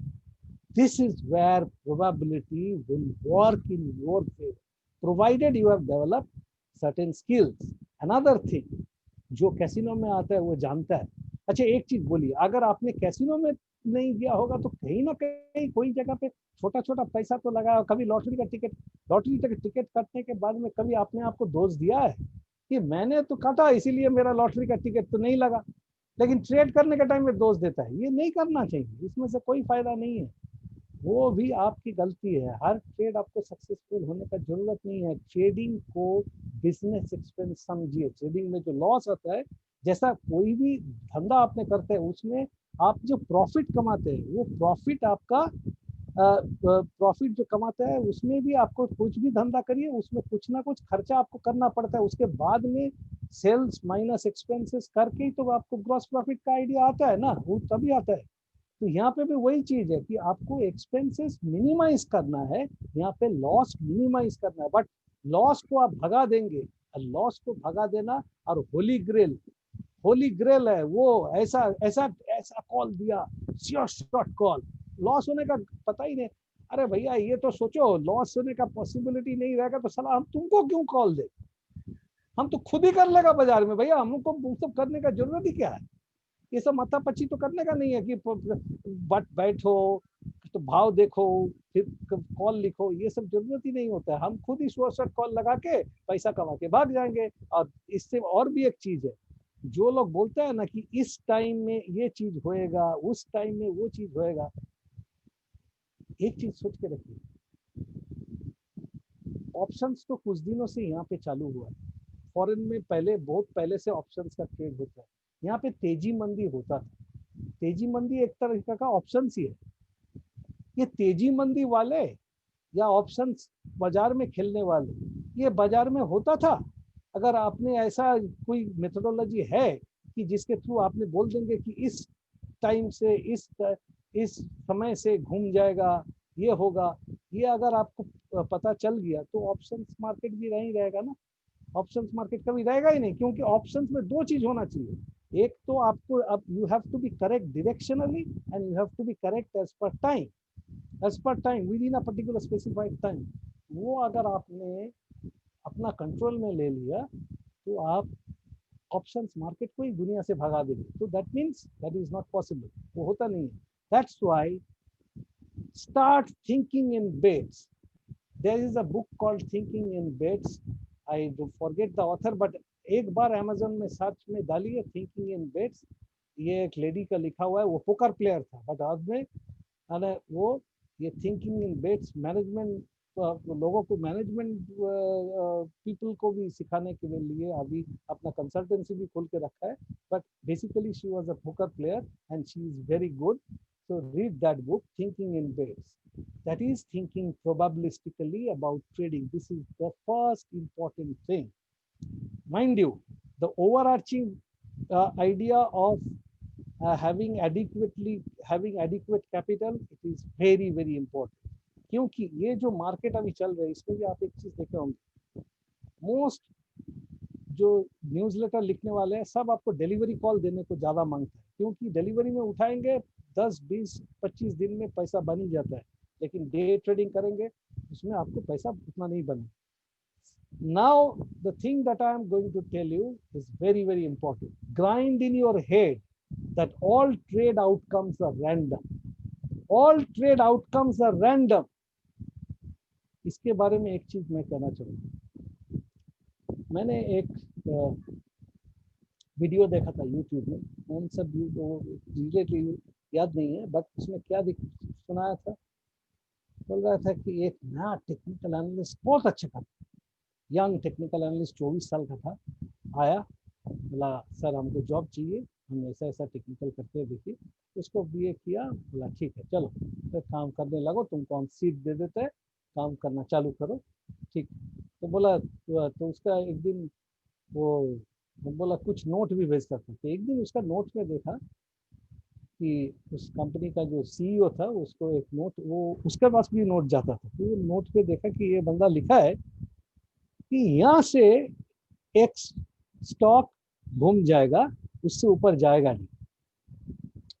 उसको बुलाया अपना चेंबर में, भैया ये जो बोला है आपने ये स्टॉक ऊपर नहीं जाएगा, इसके ऊपर कैसे मालूम? सर इतना बड़ा रेजिस्टेंस है, ये है फिबोनाची है, वगैरह वगैरह ये सब है, इसके ऊपर जा ही नहीं सकता। ये कुछ नहीं किया, उसके सामने बिठाया, अपना डीलिंग रूम में बोला अच्छा इस स्टॉक को लेना चालू करो, लेना चालू करवा दिया, ले रहे।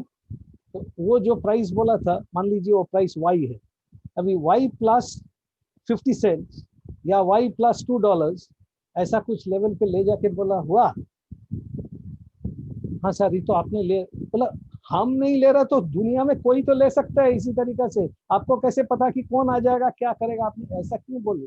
बोला आपने ऐसा किया, बोला वो हम बेच देगा, उसके लिए तुम चिंता मत करो, वो इतना ऐसा लेना चाहिए नहीं चाहिए। बोला तुम्हारा रीडिंग ठीक है, लेकिन ये भ्रम भगाने के लिए हम ये बोल रहे कि इससे मत फंसो, वो सीईओ जो है वो एक एक्सपीरियंस ट्रेडर कम इन्वेस्टर था। वो बोले इससे मस्त फंसो, क्यों ना, कोई भी कभी भी कुछ भी करेगा, कोई घटना घट जाएगा।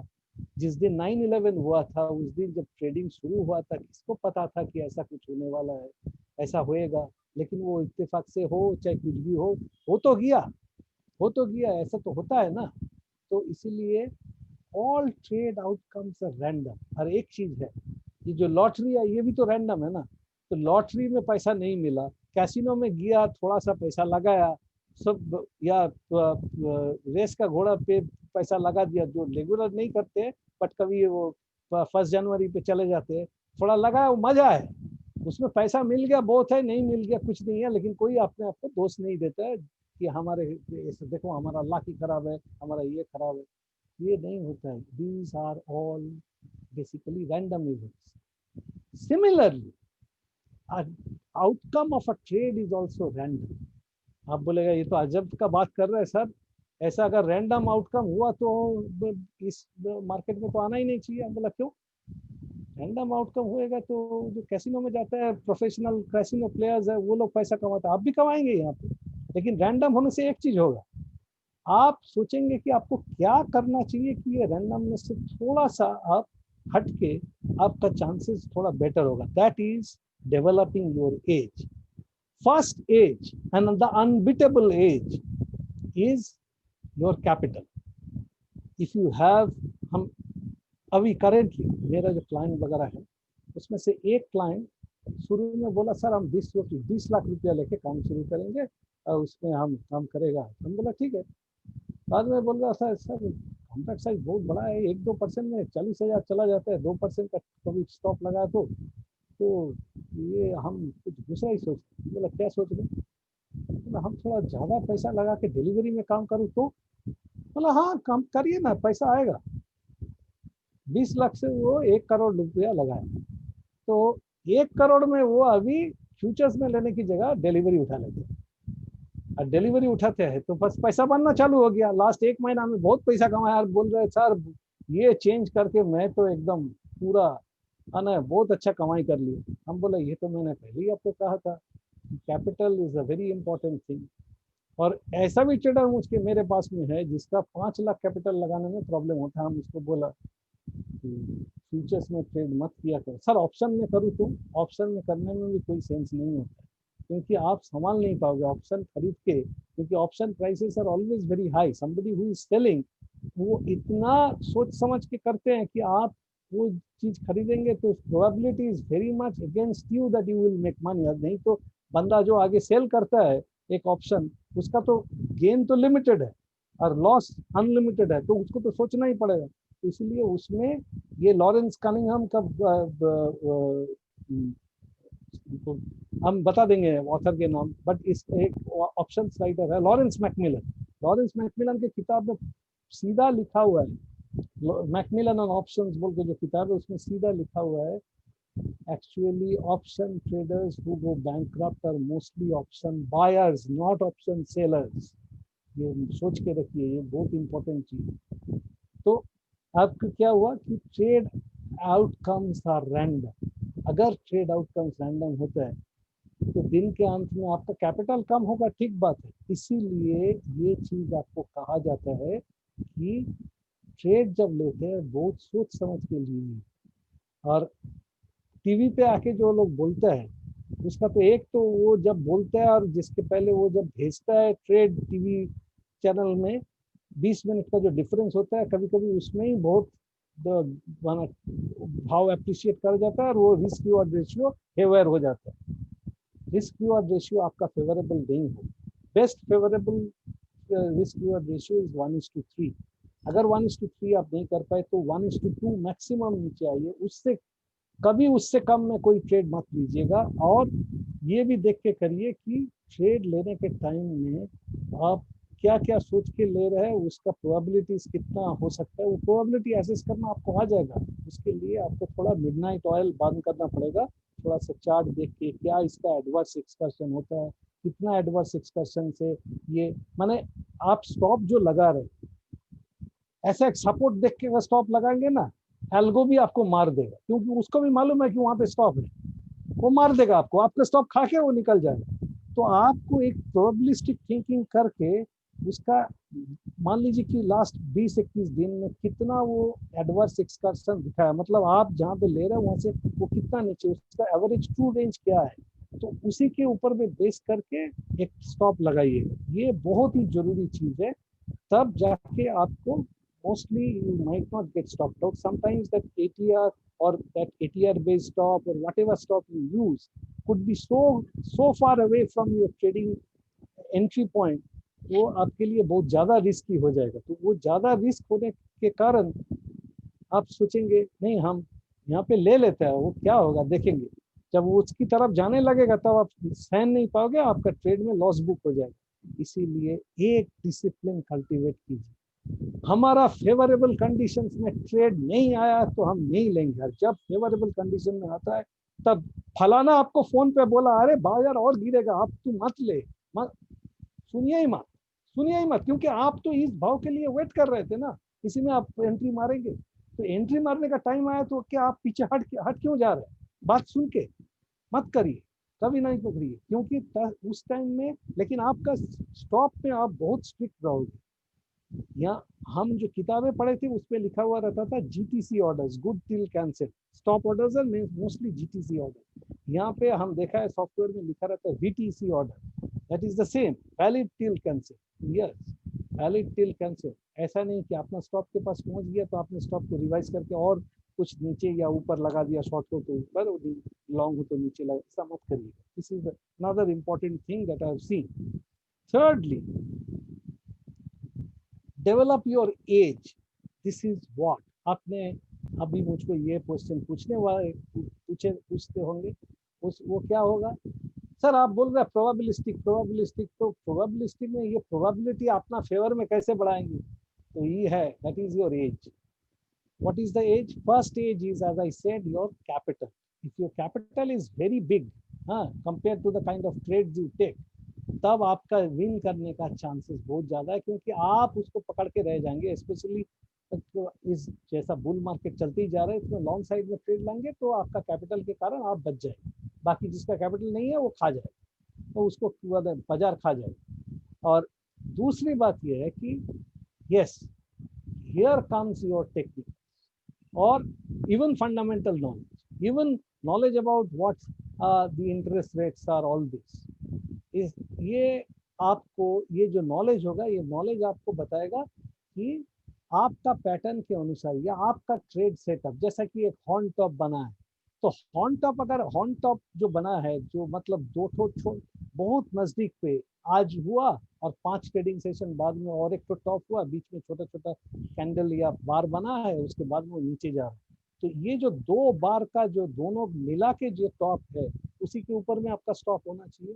बट उसी के ऊपर में स्टॉप देने के टाइम में ये सोचिए, आजकल के दिन में एल्गो वो हॉर्न टॉप भी प्रोग्राम कर लिया है, तो उसके ऊपर लगाएंगे, वो खा के वो फिर नीचे आ जाएगा, ऐसा भी हो सकता है। इसीलिए उसमें से थोड़ा सा ऊपर लगाइए, लेकिन ये आपके ऊपर डिपेंड करता है आप कहाँ लगाएंगे, क्योंकि इसमें कोई फॉर्मूला नहीं बनाया जा सकता। अगर फॉर्मूला मैंने बना भी दिया, मान लीजिए कि 1.25% ऑफ द टोटल रेंज, उसके ऊपर में आप लगाइए, तो मतलब कि वो जो बार है उसका, तो आप 100% मानेंगे तो उसका 125% करके लगाएंगे।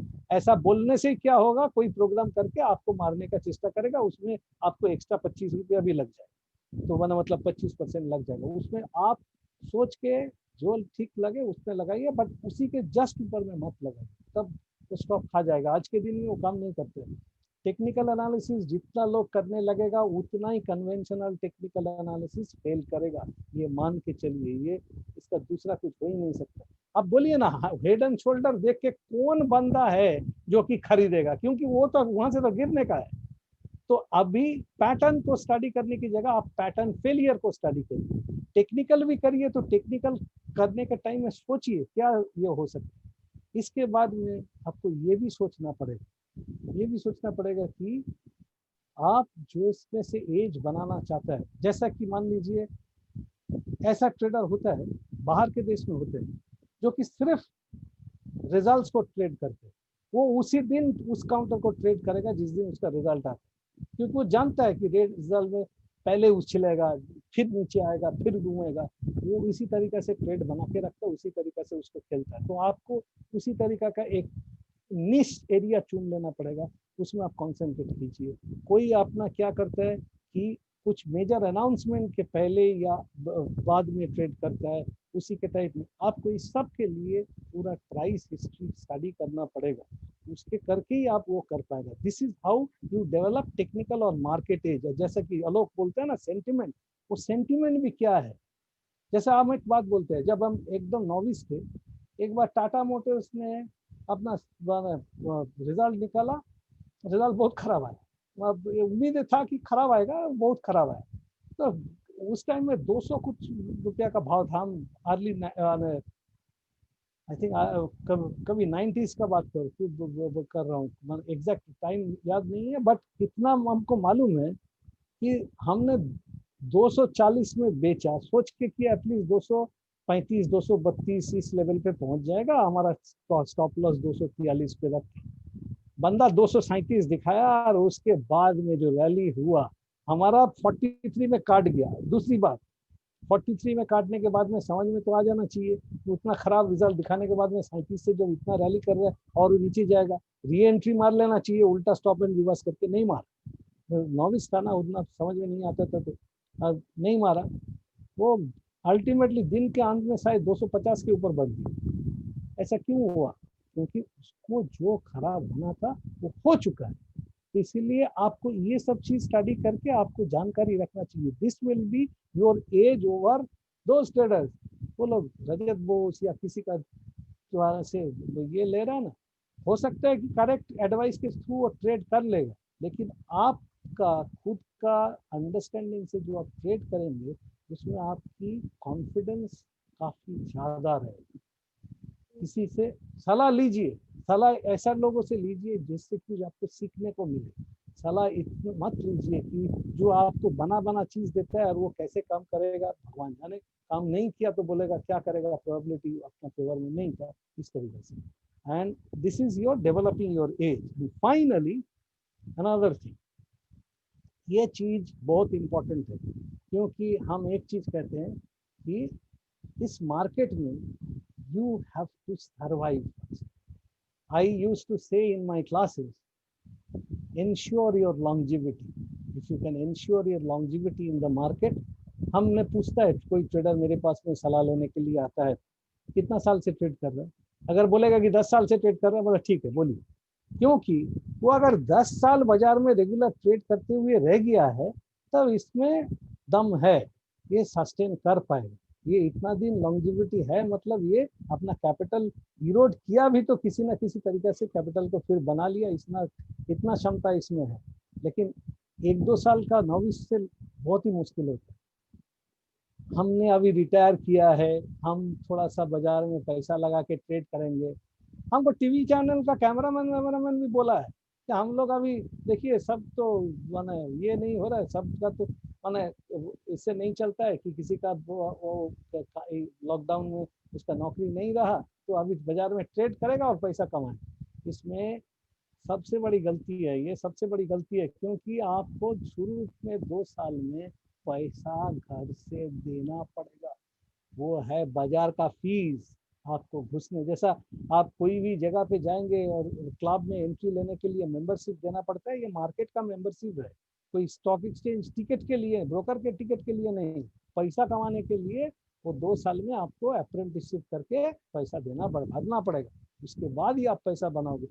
बहुत रेयरली ऐसा होता है कि 1 साल में एक बंदा प्रॉफिटेबल हो जाता है और वो अपना प्रॉफिटेबिलिटी मेंटेन कर पाता है। ये सोच के रखिए। तो that is the reason why you need to behave like a professional trader. What do they do? The last thing that they have is predefine your risk. क्यों predefine your risk? सर क्या बोलते हैं, stop loss देता है ना, आप लोगों भी जब कॉल देते हैं तो लिखता है ना stop loss this, target this. Stop loss तो दिया, अरे स्टॉप लॉस तो मैंने दे दिया, हमारा एक्सपीरियंस बता रहा, स्टॉप लॉस दिया, स्टॉप तो कटता ही है, कभी ना कभी तो वो कटेगा ही। कभी क्या बोलते हैं स्टॉप लॉस होता ही है, नहीं हम बोलेगा कि स्टॉप लॉस हमारा इतना नहीं होता है, नहीं होता है, झूठ बोल रहे हैं, झूठ बोल रहे हैं सर। स्टॉप लॉस हो ही जाता है, होता ही है, वो होएगा ही। लेकिन स्टॉप लॉस में हम तो लिख दिया अपना ये ट्रेड जो आप लोगों को रिकमेंड किया स्टॉप लॉस, बाद में कभी कभी सुनते हैं सर वो हम तो स्टॉप नहीं लगाया, अभी पड़ा हुआ है क्या करें। मैं बोला तो फिर हमने आपको स्टॉप में ये काटने के लिए बोला था, काट नहीं रहा है, ऐसा कैसे चलेगा।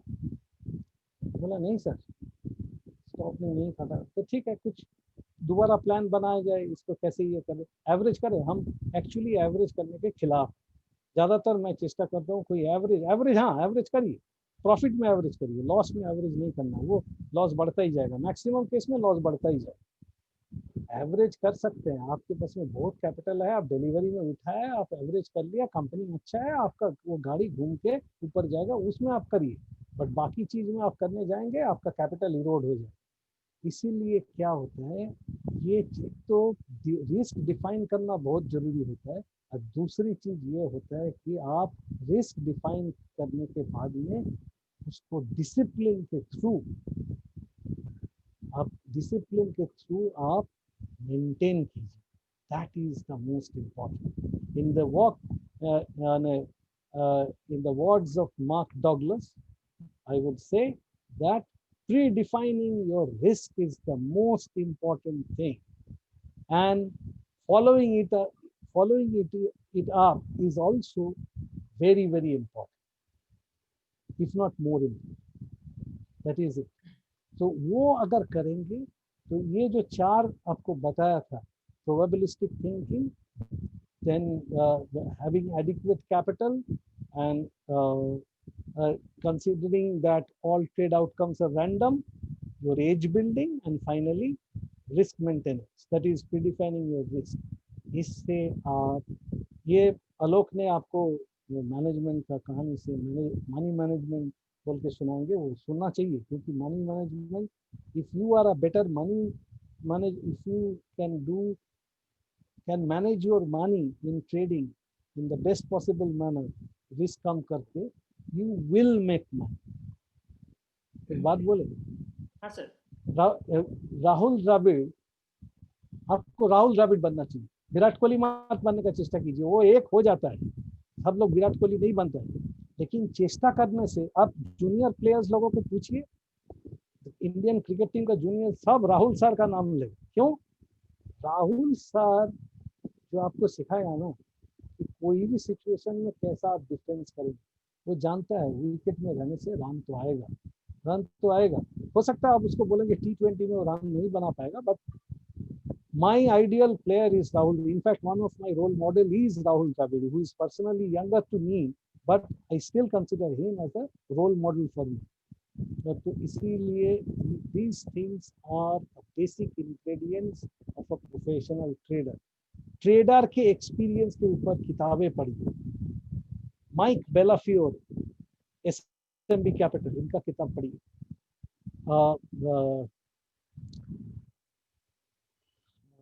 मुझको याद नहीं आ रहा है, एक बहुत अच्छा स्टेनबर्गर बोल के कोई ये है, वो एसएमबी कैपिटल के साथ ही जुड़ा हुआ है, उनका किताबें पढ़िए। और हम आपको बोलेगा कि इसका जो उनका जो किताबें हैं, मार्क डगलस 2 किताब लिख पाया, सिर्फ 2 किताब, discipline trader and trading in the zone. Trading in the zone available है, ये प्रोग्राम देखते देखते ही आप उसको अमेजन में ऑर्डर कर सकते हैं। एंड डिसिप्लिन ट्रेडर ये मिलने में थोड़ा कष्ट हो सकता है, लेकिन मिल जाएगा, ये किताब पढ़िए, और कुछ नहीं चाहिए, थोड़ा सा स्टेनबर्गर, बेलाफियोरे, एंड हाँ जैक श्वागर का market wizards, specially the latest one, unknown market wizards. Peter brand को पढ़िए, कैसे how I when I interact with Peter brand, I follow his stories, हमने बहुत कुछ सीखते हैं। तो उसको जैक श्वागर का वो लेटेस्ट जो अननोन मार्केट विजर्ड्स, वो भी पढ़िए। These are things that will actually help you become a professional trader. And mind you, I consider Mark Douglas's books, they are worth their weight in gold. आज भी मैंने सोने दे देंगे mark Douglas की किताब के। तो हमारा, मैं दुखी हूँ कि उन्होंने गुजर गए हैं 2015 में, बहुत ही कम उम्र में गुजर गए, but I have never seen a trainer like mark Douglas, never seen a trainer like mark Douglas. उसके सामने कोई खड़ा नहीं हो पाएगा, कोई खड़ा नहीं हो पाएगा। स्टेनबर्गर बहुत अच्छा है, लेकिन हमको मार्क डगलस सबसे ज्यादा पसंद है। और ये देखिए, हम ये जो पॉइंट्स वगैरह आपको बताए, ये कुछ स्टेनबर्गर, कुछ मार्क डगलस, ये 4 क्राइटेरियाज भी मार्क डगलस से ही लिया है कि आप लोगों के साथ शेयर कर रहा हूँ। इसलिए कर रहा हूँ कि मैं चाहता हूँ आप अच्छा ट्रेडर बने। सलाह लेना है, देखिए सलाह बेच के मैं खाता हूँ, हाँ, तो ये हम तो बोलेगा कि सलाह दीजिएगा जरूर, बट ये जो चीज आपको मैं बता रहा हूँ, इससे आप खुद ट्रेड कर पाओगे, खुद अच्छा बनोगे। और क्या सीखना है, वो ज्यादा कुछ सीखने का जरूरत नहीं है।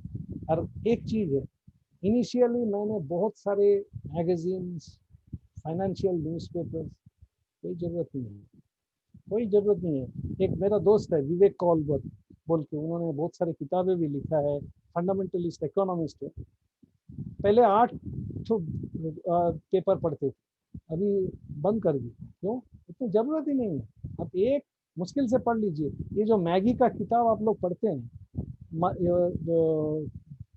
जो basic books Edwards and Magee, उसका मैगी ने खुद लिखा था कि वो 15 दिन बाद में पेपर को उलट पलट के देखते थे कि क्या है, वो पूरा टेक्निकल्स के ऊपर चलते। तो this is how you become a professional trader. Technicals constitute only 10 to 20%. Rest is in your mind. यहाँ पे आप स्ट्रॉन्ग होने का चेष्टा कीजिए। जैसा हमारे छोटी उम्र में कार्पोव और कोर्शना का शतरंज के कंपटीशन हो रहा था, वर्ल्ड चैंपियनशिप। हम देखा कोर्शना ये स्विमिंग कर रहा है, टेनिस खेल रहा है, दौड़ रहा है। Stamina, that is very important. Stamina, resolve, all this is very important to become a professional trader. And one last thing about, I mean, last thing नहीं है, लोग बहुत सारे क्वेश्चन भी पूछ सकते हैं, लेकिन एक चीज आपको बता दें, ये चीज क्या है, the longer the horizon, the easier it is to make money. आपका होराइजन 10 साल का होगा, अच्छा कंपनी लेके बैठ जाइए, मिल जाएगा पैसा। अगर बहुत ऊंचा भाव पे लेगा तो कम बनेगा, बहुत नीचा भाव पे लेंगे तो अच्छा पैसा बन जाएगा, मल्टी बैगर भी हो सकता है। मीडियम टर्म पैसा बनेगा, शॉर्ट टर्म फिर भी बनेगा। इंट्राडे सुनेंगे स्टैटिस्टिक्स, ट्विटर में आया था, बाद में हम उसका जो रिसर्च पेपर वो भी पढ़ा। सिर्फ इंडिया में नहीं, दुनिया के ऐसा कोई देश नहीं है जहाँ पे शॉर्ट इंट्राडे ट्रेडर्स लोग पैसा बनाते हैं। 97% लूज मनी, अच्छा पैसा खोते हैं। बाकी 2% वो भी खोते हैं, लेकिन कम। बाकी आधा परसेंट वो भी कम खोते हैं, आधा परसेंट या उससे भी थोड़ा कम पैसा बनाते हैं। इंट्राडे ट्रेड करके आप ब्रोकर को सुविधा दे रहे हैं, हम जैसा लोगों को सुविधा दे रहे हैं जो एनालिस्ट है, और इंट्राडे ट्रेड करके टीवी चैनल का टीआरपी बढ़ाते हैं। बाकी कोई काम नहीं होता है, आपका पैसा कभी उसमें बनेगा नहीं।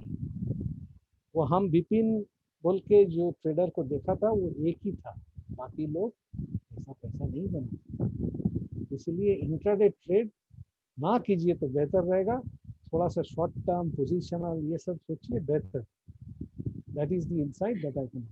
Right sir, right sir. और सर यही एक्सपर्टाइज होता है, ऑनेस्टली बता रहा हूँ। बहुत सारे क्वेश्चंस का लिस्ट था, लेकिन मजेदार ये है कि आपने जो डिस्क्राइब किया चीजों को, वो सारा चीज मेरे सारे क्वेश्चंस का आंसर था। बोलते ना, हम लोग जो लॉकडाउन में महाभारत और रामायण देख रहे थे, तो जो छोटा छोटा प्लेयर्स था, वो एक तीर मारता और एक ही तीर जाता है, बट आपने एक तीर से इतना निशाना किया है। हमारे सारे यूजर्स को, जो व्यूअर्स हैं, उनको भी मजा आ रहा होगा कि सर ने, इवन इट्स लाइक कि आपका एक करियर काउंसलिंग हो गया, कि अगर आप एक ट्रेडर बनना चाहते हैं, फुल टाइम ट्रेडर बनना चाहते हैं, जिसको बहुत सारे लोग बहुत आसानी से बोलते हैं यस हाँ बन सकते हैं, सर ने आपको एकदम रूबरू करवाया है उस हालात से कि ये इतना आसान नहीं है। मैं इंसाइट देना चाहूंगा लास्ट 10-15 मिनट्स का कि हम इकोनॉमिक डेवलपमेंट नहीं कर सकते, ये काम हमारे नेताओं पे छोड़ दिया जाए। हम कैरेक्टर डेवलप कर सकते हैं, तो हम अपना कैरेक्टर डेवलपमेंट में लग जाए, नंबर 1। नंबर 2, सर ने जो एनर्जी की बात की ना, कि प्लीज ऐसे मत सोचे कि कोई स्टॉक में पैसा डाले और आपके दिमाग से वो चीज है, देखो मैंने लिया ना, ये नीचे जाएगा। Don't do this. जितने लोग मेरे को जानते हैं, बहुत समय से मैं स्टॉक मार्केट में 18 साल से हूँ। स्टॉक मार्केट को सिर्फ फंडामेंटल और टेक्निकल एनालिसिस के पर्सपेक्ट से नहीं देखता, मैं इसमें एस्ट्रोलॉजी भी डालता हूँ, मैं इसमें सेंटिमेंटल्स भी डालता हूँ, मैं इसमें स्पिरिचुअल पॉइंट्स भी डालता हूँ। और होता क्या है ना, जब आप किसी चीज को, मेरे ख्याल से बहुत सारे लोग दी सीक्रेट मूवीज को जानते हैं, देखा भी है, बुक्स भी पढ़ा है। आप जब किसी चीज को जिस भावना से, your intention is your destination, ये मेरा कोट है, आप जिस भावना से उस चीज के ऊपर काम करते हैं ना, रिजल्ट वैसे आता है। I have the solid example, Anil Ambani. Anil Ambani ने जब रिलायंस का आईपीओ लाया था, रिलायंस पावर का, उस समय उसके दिमाग में था कि मेरा आईपीओ इतना बढ़िया हो जाए, मार्केट कैप इतना सॉलिड हो जाए कि मैं मुकेश अंबानी से ऊपर पहुंच जाऊं। Intention was wrong, to be very honest. 2013, yes 2006-7, 6-7-8 का बात है। Intention was wrong. रिजल्ट क्या है आपके सामने है। मुकेश अंबानी आज भी, मतलब जैसे शॉपिंग मार्केट में आके आए दिन कुछ ना कुछ बाई करने के मूड में है, और अनिल अंबानी कहीं ना कहीं जूझ रहे हैं। तो स्पिरिचुअल, आप किसी भी चीज को भावना के साथ जोड़िए। बार बार बोलता हूँ, क्योंकि इस मार्केट में ना ये भाव, 1992 स्कैम देखने के बाद बहुत सारे लोग मेरे को बोलते हैं भाव भगवान छे, राइट। बट आप समझिए, भाव भगवान छे, लेकिन भगवान किसके ऑर्डर पे चलते हैं? भावना के ऑर्डर पे, राइट। आपका जो इमोशन है, आपका जो सेंटिमेंट है, उसी के ऊपर सारा चीज वर्कआउट करता है। मैं बार बार लोगों को बोलता हूँ, there is a small difference between averaging and accumulation. Averaging करना और एक्यूमुलेशन करने में फर्क है। एवरेजिंग का मतलब है आप अपने दिमाग को ऑर्डर दे दिए कि स्टॉक का भाव गिरेगा तब दोबारा ले लूंगा। हो क्या रहा है, आपने अपने ऑर्डर को ही निगेटिविटी दे दी कि तुम नीचे आना तो मैं वापस खरीदूंगा। While on the other hand, accumulation पे आप अपने स्टॉक को बोल रहे हैं कि अगर तू नीचे आया ना तो मैं तुझे दोबारा खरीदूंगा। दोनों में कुछ डिफरेंस नहीं है, दोनों में एनर्जी का डिफरेंस है। एक में आप अपने स्टॉक को इनवाइट कर रहे हैं कि प्लीज तुम नीचे आ जा तो तुम्हें एवरेज करूंगा, और दूसरे में आप अपने स्टॉक को बोल रहे हैं कि तू अगर नीचे आ गया ना तो तुझे वापस खरीदूंगा। वो नीचे ही नहीं आएगा, ट्राई करके देखेगा। तो ये जो डिफरेंस है ना, आप इस पे वर्क करिए। ये एक दिन का चीज नहीं है।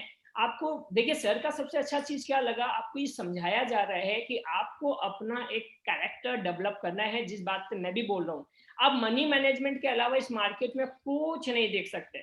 मैंने मैंने जब अपना करियर 2002 में स्टार्ट किया, मेरे को आज भी याद है 199 का हाई गया था पोलारिस, और मेरे को स्टॉक बेचना था, मैंने बेचा नहीं, आई वॉज टू रिजिड, 200 में बेचूंगा। ये बहुत सारे जो लोग आज सुन रहे हैं या सुनेंगे ना, उनकी भी आदत होगी, स्टॉक को इस भाव पे बेचना है तो इसी पे बेचना है, रिजिड है। क्या हुआ, उसी रात को मिस्टर जैन जो उसके मालिक थे पोलारिस के, वो पकड़े गए, और दूसरा दिन स्टॉक 160। सर याद है आपको भी वो वाला टाइम 2000? हाँ याद तो है, बट ये जो प्रॉब्लम आपने जो कहा है कि 200 नहीं होने से नहीं बेचूंगा, ये बहुत लोगों की है। और ऐसा भी मैंने देखा है कि वो 200 पहुंचने से बोलता है 250 होने से फिर बेचूंगा। राइट। तो ये सब चीजों से ना दूर रहिए, फ्लेक्सिबल होइए। बहुत सारे लोग बोलते हैं अभी से सब, देखिए ये स्टॉक मार्केट है ना, ये डायनामिज्म का मतलब एमबीए से भी बड़ा इंस्टीट्यूट है ये अपने आप में। डायनामिज्म अगर कोई सिखाता है तो ये स्टॉक मार्केट सिखाता है। आप यहाँ एक रूल से नहीं चल सकते। सर ने जैसे बताया, हम इकोनॉमिक्स पढ़ते आए हैं, हम मॉडर्न इकोनॉमिक्स भी पढ़ते हैं। हमने जब अपना स्कूलिंग किया था, कॉलेज किया था, उस समय मोबाइल फोन को हम लग्जरी कॉमोडिटी में डालते थे, लग्जरी प्रोडक्ट्स में डालते थे। आज के डेट में मोबाइल फोन नेसेसिटी कॉमोडिटीज में है, राइट। तो आपको समय के साथ बदलना पड़ेगा। मनी मैनेजमेंट, बार बार बोलता हूँ, मनी मैनेजमेंट के अलावा कोई तरीका नहीं है इस मार्केट को बीट करने का, क्योंकि ये सारी लड़ाई उसी चीज के लिए है कि हम रेट ऑफ इंटरेस्ट को बीट करके आगे जाए। अदरवाइज अगर रेट ऑफ इंटरेस्ट सबको आसानी से मिल जाए और गवर्नमेंट का जो प्रोविजन है हमारा इनकम टैक्स का, उसमें सबको डिडक्शंस का अमाउंट और बढ़ जाए, तो कोई काम ही नहीं करेगा और दिन रात सब स्टॉक मार्केट में पैसा डालेंगे। ऐसा नहीं है। इस मार्केट को बीट करने के लिए आपको अपना एक स्टाइल डेवलप करना पड़ेगा। Mentorship, to be very honest, mentorship is very very very very important, क्योंकि आप क्या कर रहे हैं उसका गाइडेंस चाहिए। There is a huge difference between a teacher, a mentor, right, a coach. तो बहुत सारे जब आप ये करते हैं ना कि किसी को फॉलो कर रहे हैं blindly, one way communication is something like a teacher communication. उसने आपको टीवी पे आके किसी ने कुछ बोला, आप समझ नहीं पा रहे उस चीज को, आप उससे पूछ नहीं पा रहे उस चीज को, और आपने फॉलो कर लिया। हो सकता है उसमें बहुत सारे क्लॉजेज हो, बहुत सारे कॉज हो, बहुत सारे प्रॉस कॉन्स, बहुत सारी चीजें वहां पे इन्वॉल्व रहती है। लेकिन आपने क्या किया, आप वन वे कम्युनिकेशन पे चाह रहे जस्ट बिकॉज चीजों को सस्ता करना है, फ्री करना है, और गिफ्ट मोड में आपको पसंद है वो चीजें। लेकिन आप समझिए, mentorship is totally different thing, it's a two way communication जिसके ऊपर हम लोग दिन रात काम करते हैं। अगर आप बच्चों को ये नहीं समझा पाएंगे, या स्टूडेंट्स को नहीं समझा पाएंगे, या ट्रेडर्स को नहीं समझा पा रहे हैं कि आप ऐसा क्यों कर रहे हैं, क्या लॉजिक है। सर ने जैसा बताया, टेक्निकल एनालिसिस इतना पॉपुलर हो गया है, इतना ज्यादा पॉपुलर हो गया है कि अभी तो सबको पता है हेड एंड शोल्डर क्या होता है। और टेक्निकल एनालिसिस आपके लैपटॉप पे या आपके मोबाइल से अलग से आ रहा होगा तो ये मीथ है, वो पूरी दुनिया के लिए एक जैसा ही आ रहा है जो आपके लिए आ रहा है। तो अगर आपको हेड एंड शोल्डर में कहीं पे कुछ खराबी दिख रहा है तो वो तो ऑपरेटर को भी दिख रहा होगा। तो चीजों, राइट सर, तो चीजों को एकदम समझना एकदम पड़ेगा, चीजों को बराबर। समझ के आपको ये मानना पड़ेगा कि मेरा वो एज, EDGE, वो क्या होगा, मेरे को कहाँ अपने आप को कंट्रोल करना है, मेरा कैपिटल कितना है। और आपको एक मेंटरशिप में जाना पड़ेगा, आप समझिए। ऐसा कोई जिद नहीं है कि आपको मेरे ही मेंटरशिप में आना है, बट मेंटरशिप का लॉजिक बता रहा हूँ, क्योंकि जब तक टू वे कम्युनिकेशन नहीं होगा ना, आप चीजों को समझ नहीं पाएंगे। सर ने एक वर्ड यूज किया था, ट्रस्ट वाला। मैं जहां पे भी क्लासेस देता आया हूँ, चाहे NSC, BSc, Saint Xavier's, right, तो सब जगह स्टूडेंट्स को भी बोलता हूँ कि देखो, मैं तुम्हें जो दे रहा हूँ, तुम में से जो ले रहे हो, उसके बीच में एक वॉल है, और वो वॉल है ट्रस्ट का। वो ब्रेक नहीं होना चाहिए। जब तक आप मेरे पे बिलीफ नहीं रखेंगे, बिलीव नहीं करेंगे, तब तक मेरा दिया हुआ एनर्जी आपके पास नहीं पहुंचेगा। सर राइट बोल रहा हूँ? हाँ हाँ बिल्कुल। वो एनर्जी आपके पास नहीं पहुंचेगा। और आप विश्वास करिए, आज के टाइम का ये जो मार्केट है, ये पूरा नया मार्केट है। आप बहुत सारी बुक्स को सर सजेस्ट कर रहे हैं, जरूर पढ़िए। पढ़िए किस लिए? अपने नॉलेज का बेस बनाने के लिए। बट आप उसी नॉलेज को फॉलो करके अगर आज के टाइम में ट्रेड करेंगे, क्वाइट बी डिफिकल्ट, आपके लिए डिफिकल्ट हो सकता है, क्योंकि चीजें चेंज हो रही है। हम लोग, मैंने जब 2002 में करियर स्टार्ट किया था, तो एक आदमी बाई करके सेल करने के लिए क्या करता था, कम से कम 10 रुपया का वेट करता था, because transaction cost was too high, right sir. बराबर आज की बराबर। डेट में आप किसी को ट्रेड करने बोलिए, वो तो 2 रुपए में सौदा काट के चला जाएगा। तो चीजों को समझिए, आप बाईपास पे जाके 40 किलोमीटर वाली स्पीड से गाड़ी नहीं चला सकते, और अगर आप किसी गली मोहल्ले में हैं तो वहां 140 किलोमीटर के स्पीड से गाड़ी नहीं चला सकते। माहौल को समझिए, मार्केट को समझिए, राजेश सर। और ऐसे कई लोग जो दिग्गज है, जो अपना सलाह दे रहे हैं, समझा रहे हैं, और इतने प्यार से, मेरे को इतना अच्छा लगा आज ये अभी तक जो जहां तक भी इवेंट पहुंचा है, सर ने जो इंसाइट दिया है, आप इस इंसाइट्स के लिए तरस जाएंगे। मेरे को लगता है कि इजीली अवेलेबल नहीं है। इवन मैं तो टीम को बोलूंगा कि सर के इंसाइट्स का we will try our best कि हम लोग इसको एक रिटर्न फॉर्म में भी डेवलप करें, ताकि आप लोगों के साथ शेयर करें। क्योंकि आज जो हम लोगों को मिला है, जो आप लोगों को मिला है, सच बता रहा हूँ, मतलब ये एक लॉटरी है आप लोगों के लिए, कि एक इतने पुराने इंसान ने अपना सारा इंसाइट्स आपको बताया है। और ये नहीं कहीं पे भी बोला जबरदस्ती कि नहीं टेक्निकली सब कुछ है, आपको फैक्ट से रूबरू करवाया है। तो उसके लिए वापस से सर को थैंक्स है मेरी तरफ से। सर थैंक्स अ लॉट उस चीज के लिए। Sir most welcome. थोड़ा और आगे बढ़ाते हैं, और जाते जाते 2-3 क्वेश्चन है। ये जो मार्केट अभी इतना टॉप पे है ना सर, सबको ये डर लग रहा है कि इस टॉप में, जैसे टानला सॉल्यूशन एक मतलब सबका फेवरेट स्टॉक्स में है, टानला सॉल्यूशन हुआ, या ऐसे और भी जो स्टॉक है जो ऑलरेडी बहुत टॉप पे है, अदानी ग्रीन हुआ, जो रुकने का नाम ही नहीं ले रहे। उस पैरामीटर पे सर फिर आप क्या करते हैं? थोड़ा सा इस पे इंसाइट मिल जाता तो। देखिए, इसमें एक चीज बोलना चाहिए कि पर्टिकुलर स्टॉक आपको देखना पड़ेगा कि उसमें एक चीज देखिए। फर्स्ट इज उसका शेयर होल्डिंग पैटर्न देखिए। शेयर होल्डिंग पैटर्न में कितना परसेंटेज पब्लिक के हाथ में है। एक तो है कि पब्लिक के हाथ में अगर ज़्यादा बड़ा परसेंटेज आ जाता है तो एक बड़ा खतरा बन जाता है, क्योंकि पब्लिक उतना केपेबल नहीं रहता है रखने के लिए थोड़ी सी एडवर्स सिचुएशन बनने से। पर वही अगर इंस्टीट्यूशन और बाकी सब के हाथ में होता है, अच्छी काउंटर लेने में ये एडवांटेज है कि इंस्टीट्यूशन भरा हुआ होता है, LIC रहता है या फॉरेन इंस्टीट्यूशन रहता है, ये लोग दोबारा खरीदारी करने के लिए आते हैं। लेकिन जहाँ पे पब्लिक होल्डिंग ज़्यादा हो जाता है वो बहुत रिस्की होता है। और उसमें you are actually when you आप जब ऊपर में बाई कर रहे हैं ना, तो आप सोच रहे हैं कि आपसे भी ऊपर में कोई और है जो आपसे बाई करेगा। ये एक चीज आपने बहुत अच्छा क्वेश्चन किया। इसमें एक छोटी सी चीज इनसाइट मैं बता देता हूँ। ऐसा बुल मार्केट जिसमें कि आप देख रहे हैं कि नवंबर से, स्पेशली मिडिल ऑफ नवंबर से जो रैली चालू हुआ वो रुकने का नाम ही नहीं लेता है। ये सिर्फ 2007 का जो मूवमेंट था उसी के संग मिलता जुलता है, क्योंकि वहां पे भी एक दिन का करेक्शन के बाद में बाजार भागते थे।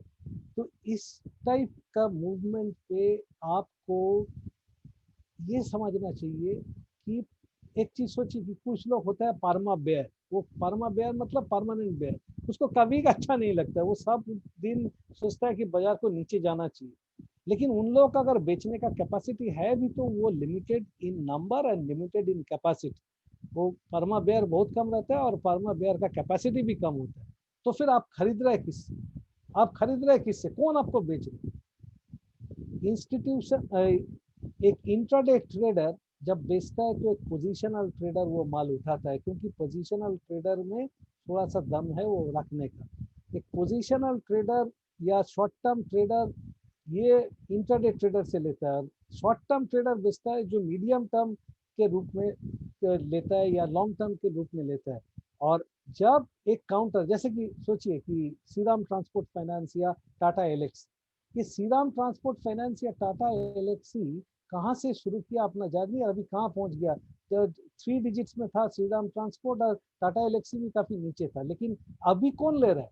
अभी इसमें स्ट्रॉन्ग हैंड्स ले रहा है। हो सकता है ये इंस्टीट्यूशन है, हो सकता है ये बहुत बड़ा इन्वेस्टर है, हो सकता है ये कोई कॉर्पोरेट इन्वेस्टर है, तो कोई ले रहा है। इस टाइप का लोग जब लेते हैं तो इनका सस्टेनेबिलिटी होता है। बट इसमें भी एक चीज होता है कि ऐसा नहीं कि इंस्टीट्यूशन कभी गलत नहीं होता है, होते हैं, बट वो लोग बेच के निकल जाते हैं। एक तो उनका एडवांटेज है कि वो उनका पर्सनल पैसा नहीं होता है तो उसको बेचने में एक एडवांटेज आ जाता है। बट इसमें एक चीज सोच के रखिएगा कि इस टाइप ऑफ बुल मार्केट, ये शुरू में आलोक ने पूछा था कि ऐसा बुल मार्केट कब खत्म होता है। ये बुल मार्केट के बारे में हमने थोड़ा सा आपसे डिस्कस किया था कि ये लिक्विडिटी ड्रिवन बुल मार्केट है। तो लिक्विडिटी ड्रिवन बुल मार्केट में लिक्विडिटी कब होने का आता है वो चीज सोचना चाहिए। दैट इज, आप देखिए, ऐसा लिक्विडिटी ड्रिवन बुल मार्केट छोटी रूप से बड़ी रूप से जब भी आया, वो इंटरेस्ट रेट बढ़ना होता है तब होता है। आरबीआई अभी कुछ नहीं बोल रही, लेकिन वो दिनेश खारा साहब ने, जो एसबीआई का अभी मैनेजिंग डायरेक्टर है, सीईओ है, उन्होंने कहा कि अभी डिपॉजिट या लेंडिंग रेट दोनों में और नीचे जाने की उम्मीदें जरा कम है। मतलब हो सकता है कि ये बटन बन चुका है। दैट मीन्स यहाँ से अब ऊपर की तरफ चलने का है। लेकिन हम लोग ऑलरेडी ये हैबिचुएटेड हो गया कि आरबीआई या तो रेट काट करेगा और इसको फ्लैट रखेगा। जब आरबीआई सिग्नल देगा, आरबीआई के सिग्नल के पहले ही हो सकता है कि कभी कभी कोई बैंक से थोड़ा सा इंटरेस्ट रेट बढ़ाने का, अभी तो पहले 25 बेसिस पॉइंट से कम या वो माने बढ़ाना या कम करना नहीं होता था, अभी 15 बेसिस पॉइंट 10 बेसिस पॉइंट भी होता है। बट सिग्निफिकेंटली जो बिग लेंडर्स है, एसबीआई है, एचडीएफसी बैंक है, कोटक बैंक, ये सब का आप देखिए ये लोग का स्टांस क्या रहता है। और धीरे धीरे देखिए कौन सा सेगमेंट में वो बढ़ाने का चेष्टा कर रहे हैं। अगर बढ़ाने का चेष्टा शुरू हो गया तो ये लिक्विडिटी ड्रिवन रैली खत्म होने की संभावना है। उसी तरीके से एक वो खत्म होने की गुंजाइश है। अभी खत्म नहीं होएगा, थोड़ा सा इंटरेस्ट रेट का बढ़ने का आवाज आएगा तो भी खत्म नहीं है। क्यों? अभी सबसे बड़ा डॉक्यूमेंट पेश होने वाला है, वो है बजट। और already finance minister Mrs Sitharaman ने कहा है कि 100 साल में ऐसा बजट अपने नहीं देखे हैं, ऐसा बजट उन्होंने पेश करने जा रहा है। अगर ऐसा है तो हो सकता है कि बहुत ही अच्छा कुछ रहेगा। और आपको याद होगा कि प्राइम मिनिस्टर के संग जब फॉरेन इंस्टीट्यूशंस का डिस्कशन वो हुआ था, क्लोज डोर मीटिंग, उसके बाद से फॉरेन इंस्टीट्यूशन का स्टांस पूरा बदल गया। वो थे बेयर, बन गया बुल। यहाँ पे खरीदारी के खरीदारी अभी भी खरीदारी करते ही जा रहे हैं। तो ये लोग का भी बिहेवियर थोड़ा देखिए कि किस तरीके से होता है। और net by figure, net cell figure मत देखिए, उसमें कितना वो बाई कर रहा है और कितना वो सेल कर रहा है। आजकल ये इंफॉर्मेशन मिलना बहुत आसान है कि कोई इंस्टीट्यूशंस कुछ काउंटर ले रहे हैं, कि कोई हाई नेटवर्क इंडिविजुअल कुछ काउंटर में बड़ा पोजीशन लिया, वो डेटा आ जाता है। ये लोग का एक्टिविटी थोड़ा कम होना, थोड़ा पीछे हटना, these are the indicators that will tell you कि ये गाड़ी अभी धीमी गति से चलेगा या तो ये गाड़ी चलना बंद हो जाएगा। तो वो आपके लिए निकलने का वक्त आ जाएगा। बट एक चीज मैं कहना चाहूँ ये मैंने इसमें, that is unless you have paid too high a price, you need not worry if you have bought quality companies. मेरा हम सिर्फ एक ही चीज बोलेगा, मेरा जो पिन ट्वीट है मेरा ट्विटर हैंडल में है, उसमें @rajat_bose ये मेरा ट्विटर हैंडल है। उसमें पिन ट्वीट में मैंने 4 चीजें दिया था। एक तो है कि if you want to make big money in the stock market, make it big in the stock market, then do one thing, that is when the market is roaring, avoid participating in the market. Then buy only quality companies, stick to quality companies, and choose those quality companies to invest who has fallen out of favor. इस तरीका से अगर आप 10 साल में एक portfolio बनाएंगे तो वो पोर्टफोलियो आपको पैसा जरूर अच्छा जरूर देगा, अच्छा पैसा जरूर देगा, वही बात है। और मार्केट जब बहुत जोर से भाग रहा है कि फलाना शेयर अभी 2200 है, वो 2000 हो जाएगा। हाँ, डिक्सन के बारे में मेरे पास में ये मैंने सुनने को आया था 10,000 होएगा, अभी 10,000 से 16,000 से 14,000 कितना हो गया, वो भी है। ऐसा कभी कभी हो जाता है, इसीलिए वो मीट चलता है। लेकिन ज्यादा तरीके से क्या होता है कि डिक्सन के बाद में कोई एक्शन आएगा या दूसरा कुछ आएगा, वो भी बोलेगा वो डिक्सन की तरह चलेगा, वो नहीं चलता।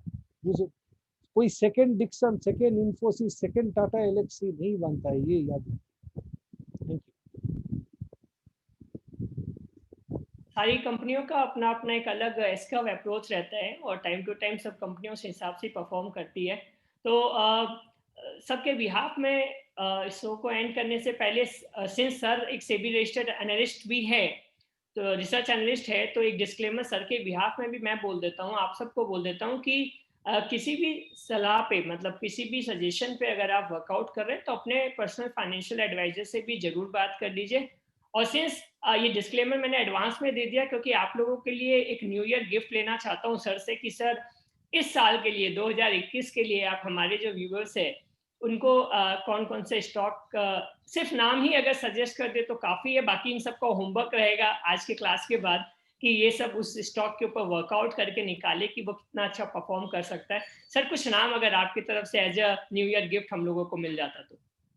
देखिए, हाँ, एक चीज इसमें मैं ये चीज कहना चाहूँगा कि अभी ढेर सारे कंपनीज है कि वो नीचे की लेवल से ऊपर चल सकता है, जैसा कि कमोडिटी मार्केट बहुत अच्छा चल रहा है, तो ग्राफाइट इलेक्ट्रोड कंपनीज को देखिए, ये इसमें अच्छी मूवमेंट होने की गुंजाइश है।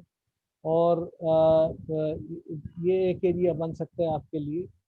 और even from the current levels से कुछ स्टॉक्स जैसा मेटल स्टॉक्स या मतलब कमोडिटी में जो रन चल रहा है उसके अनुसार वहाँ पे भी, जब तक ये जैसा कि मैंने कहा कि इंटरेस्ट रेट नहीं बढ़ने वाला है तो ये कमोडिटी मार्केट बहुत अच्छा चलता है। तो इसलिए मेटल्स एंड कमोडिटीज उसमें आप जा सकते हैं। Another thing is even technology in some cases might be, हम कोई पर्टिकुलर स्टॉक का नाम इसलिए नहीं ले रहे कि उसमें से फायदा नहीं होता है। जैसा आप भी ये जब भी लॉन्च करेंगे ना, ये इस रिकॉर्डिंग को यूट्यूब में देंगे कि कहीं पे भी डालेंगे, पता चल जाएगा ना ऑपरेटर को, तो उसी स्टॉक को पहले गिरा देगा। तो उससे ये नहीं रख के कहाँ पे ये पॉसिबिलिटीज है वो मैं दिखा दे रहा हूँ। और एक स्टॉक अगर आपको नजरिया लंबा है, सच्ची में लंबा नजरिया है, तो आप कोई भी नेगेटिव न्यूज को उसको लीजिए, दैट इज आईटीसी। ये खुलासा मैं ये खुलासा कर देना चाहता हूँ कि मेरे पास में भी आईटीसी है, मैं थोड़ा सा नीचे लिया है करंट प्राइस से। हाँ, तो आईटीसी मुझको लगता है कि आज से आगे जाके 1 साल में कितना रिटर्न देगा बोलना भारी मुश्किल है, एक चीज आलोक, ये जो रेगुलर बेसिस पे होता है ना कि इस बार का 2021 का स्टॉक एक बार रिव्यू करके देखिए, ये कोई याद भी नहीं रखता है, और कोई हाँ याद रखता होगा जब कोई कुछ अच्छा हो जाता है। एक चीज आप टीवी चैनल पे ये भी देखे होंगे, जो चीज अच्छा होता है उसको बार बार बोला जाता है, जो चीज गलत होता है उसको रिपीट नहीं होता। तो ये करके कोई फायदा नहीं है। तो इसलिए मैं बोल रहा हूँ कि थोड़ा सा लंबा नजरिया से, अभी ये 1 साल पहले होता या मार्च में होता, आप कुछ भी ले लेते अच्छा कंपनी, आपको पैसा मिल गया हो। लेकिन आज के दिन में इस टाइप का कंपनी, बट फिर भी there are certain stocks like Bata, like ITC and all. These are stocks still available at reasonable prices, and here you can make some good money over a period of time. That is not a short while, that will be at least a year if not more. ना जैसे कि मेरा नजरिया, मैंने इस साल में ITC खरीदा है नीचे भाव में, बट मेरा नजरिया, आप सुनने से थोड़ा सा चौंक जाओगे, आप नहीं चौंकोगे शायद, आपका जो मेंबर्स है चौंक सकते हैं। मेरा नजरिया 5 से 7 साल का, और उसमें वो पैसा देगा ही, इतना मैं बोल सकता हूँ। हाँ, I always keep an error margin कि उसके नीचे जाने से हम निकल जाएंगे। तो इसमें इस मामले में मैं एक चीज़ कहता हूँ, अगर आईटीसी नीचे जाएगा तो फिर मैं फिर खरीदूंगा।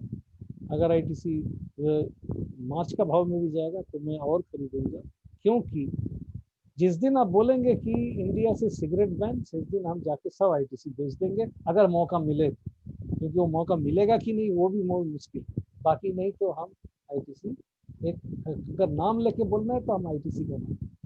Right sir, right sir. और सर आपने जो बात बोली ना वो बात भी एकदम सही है कि हम भी ये चाहते हैं कि आप और आप सबको भी सजेशन है, जो भी हमारे व्यूअर्स है, कि इकोनॉमिक्स में एक वर्ड है मोनोपोली, और वो मोनोपोली का सबसे बड़ा मजेदार है कि जो आदमी मोनोपोली को एंजॉय करता है ना, वो किसी को चिल्लाता नहीं है, किसी को शेयर नहीं करता, और करना भी नहीं चाहिए। क्योंकि फिर अगर किसी भी सेक्टर, किसी भी स्टॉक में अगर किसी को लगेगा कि यहाँ पे एक बड़ा मार्जिन आने वाला है, तो पार्टिसिपेशन बढ़ जाएगा। और एक बात, मतलब आप सबके लिए वो जो कैंडल स्टिक चार्ट, जो सबका बड़ा फेवरेट वर्ड है ना, जो रेड और ग्रीन कैंडल दिखता है, उस रेड और ग्रीन कैंडल के लिए बता देता हूँ, सर के बिहाफ में पहले बोल देता हूँ कि वो रेड और ग्रीन जो कैंडल है वो कैंडल नहीं है, वो डिमांड एंड सप्लाई है।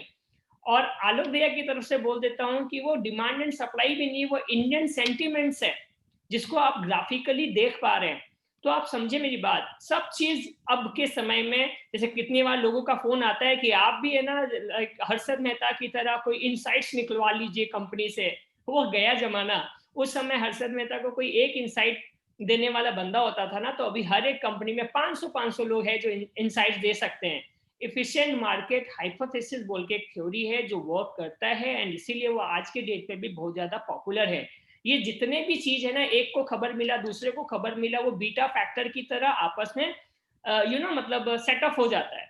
ये सब चीजों से, इस शोर शराबे से बाहर निकलिए, समझिए, फिर बोलूंगा किसी एक स्पेशल मेंटर को पकड़िए, चीजों को छुप के करिए, समझदारी से करिए, और कंक्रीट वे में करिए, वहीं आपको कुछ सीखने मिलेगा। और पूरे पूरे जो आज का हमारा सेशन था, जिसके ऊपर ये जो मिथ है ना लोगों का कि टेक्निकल आ गया, मैं बहुत सारे मतलब ग्रुप्स के पॉइंट से भी बात कर रहा हूँ, दिन रात लगे रहते हैं ये टेक्निकल ये टेक्निकल।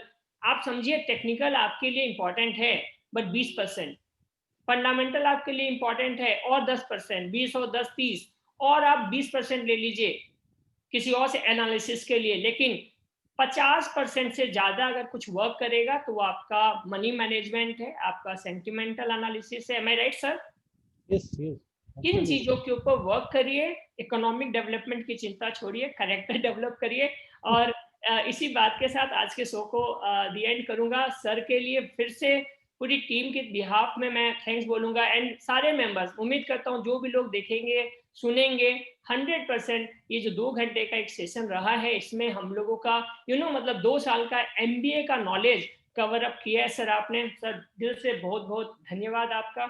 और उम्मीद करते हैं कि आगे भी ऐसा मोस्ट कुछ कुछ वेलकम। सेशंस लेते रहेंगे हम लोग।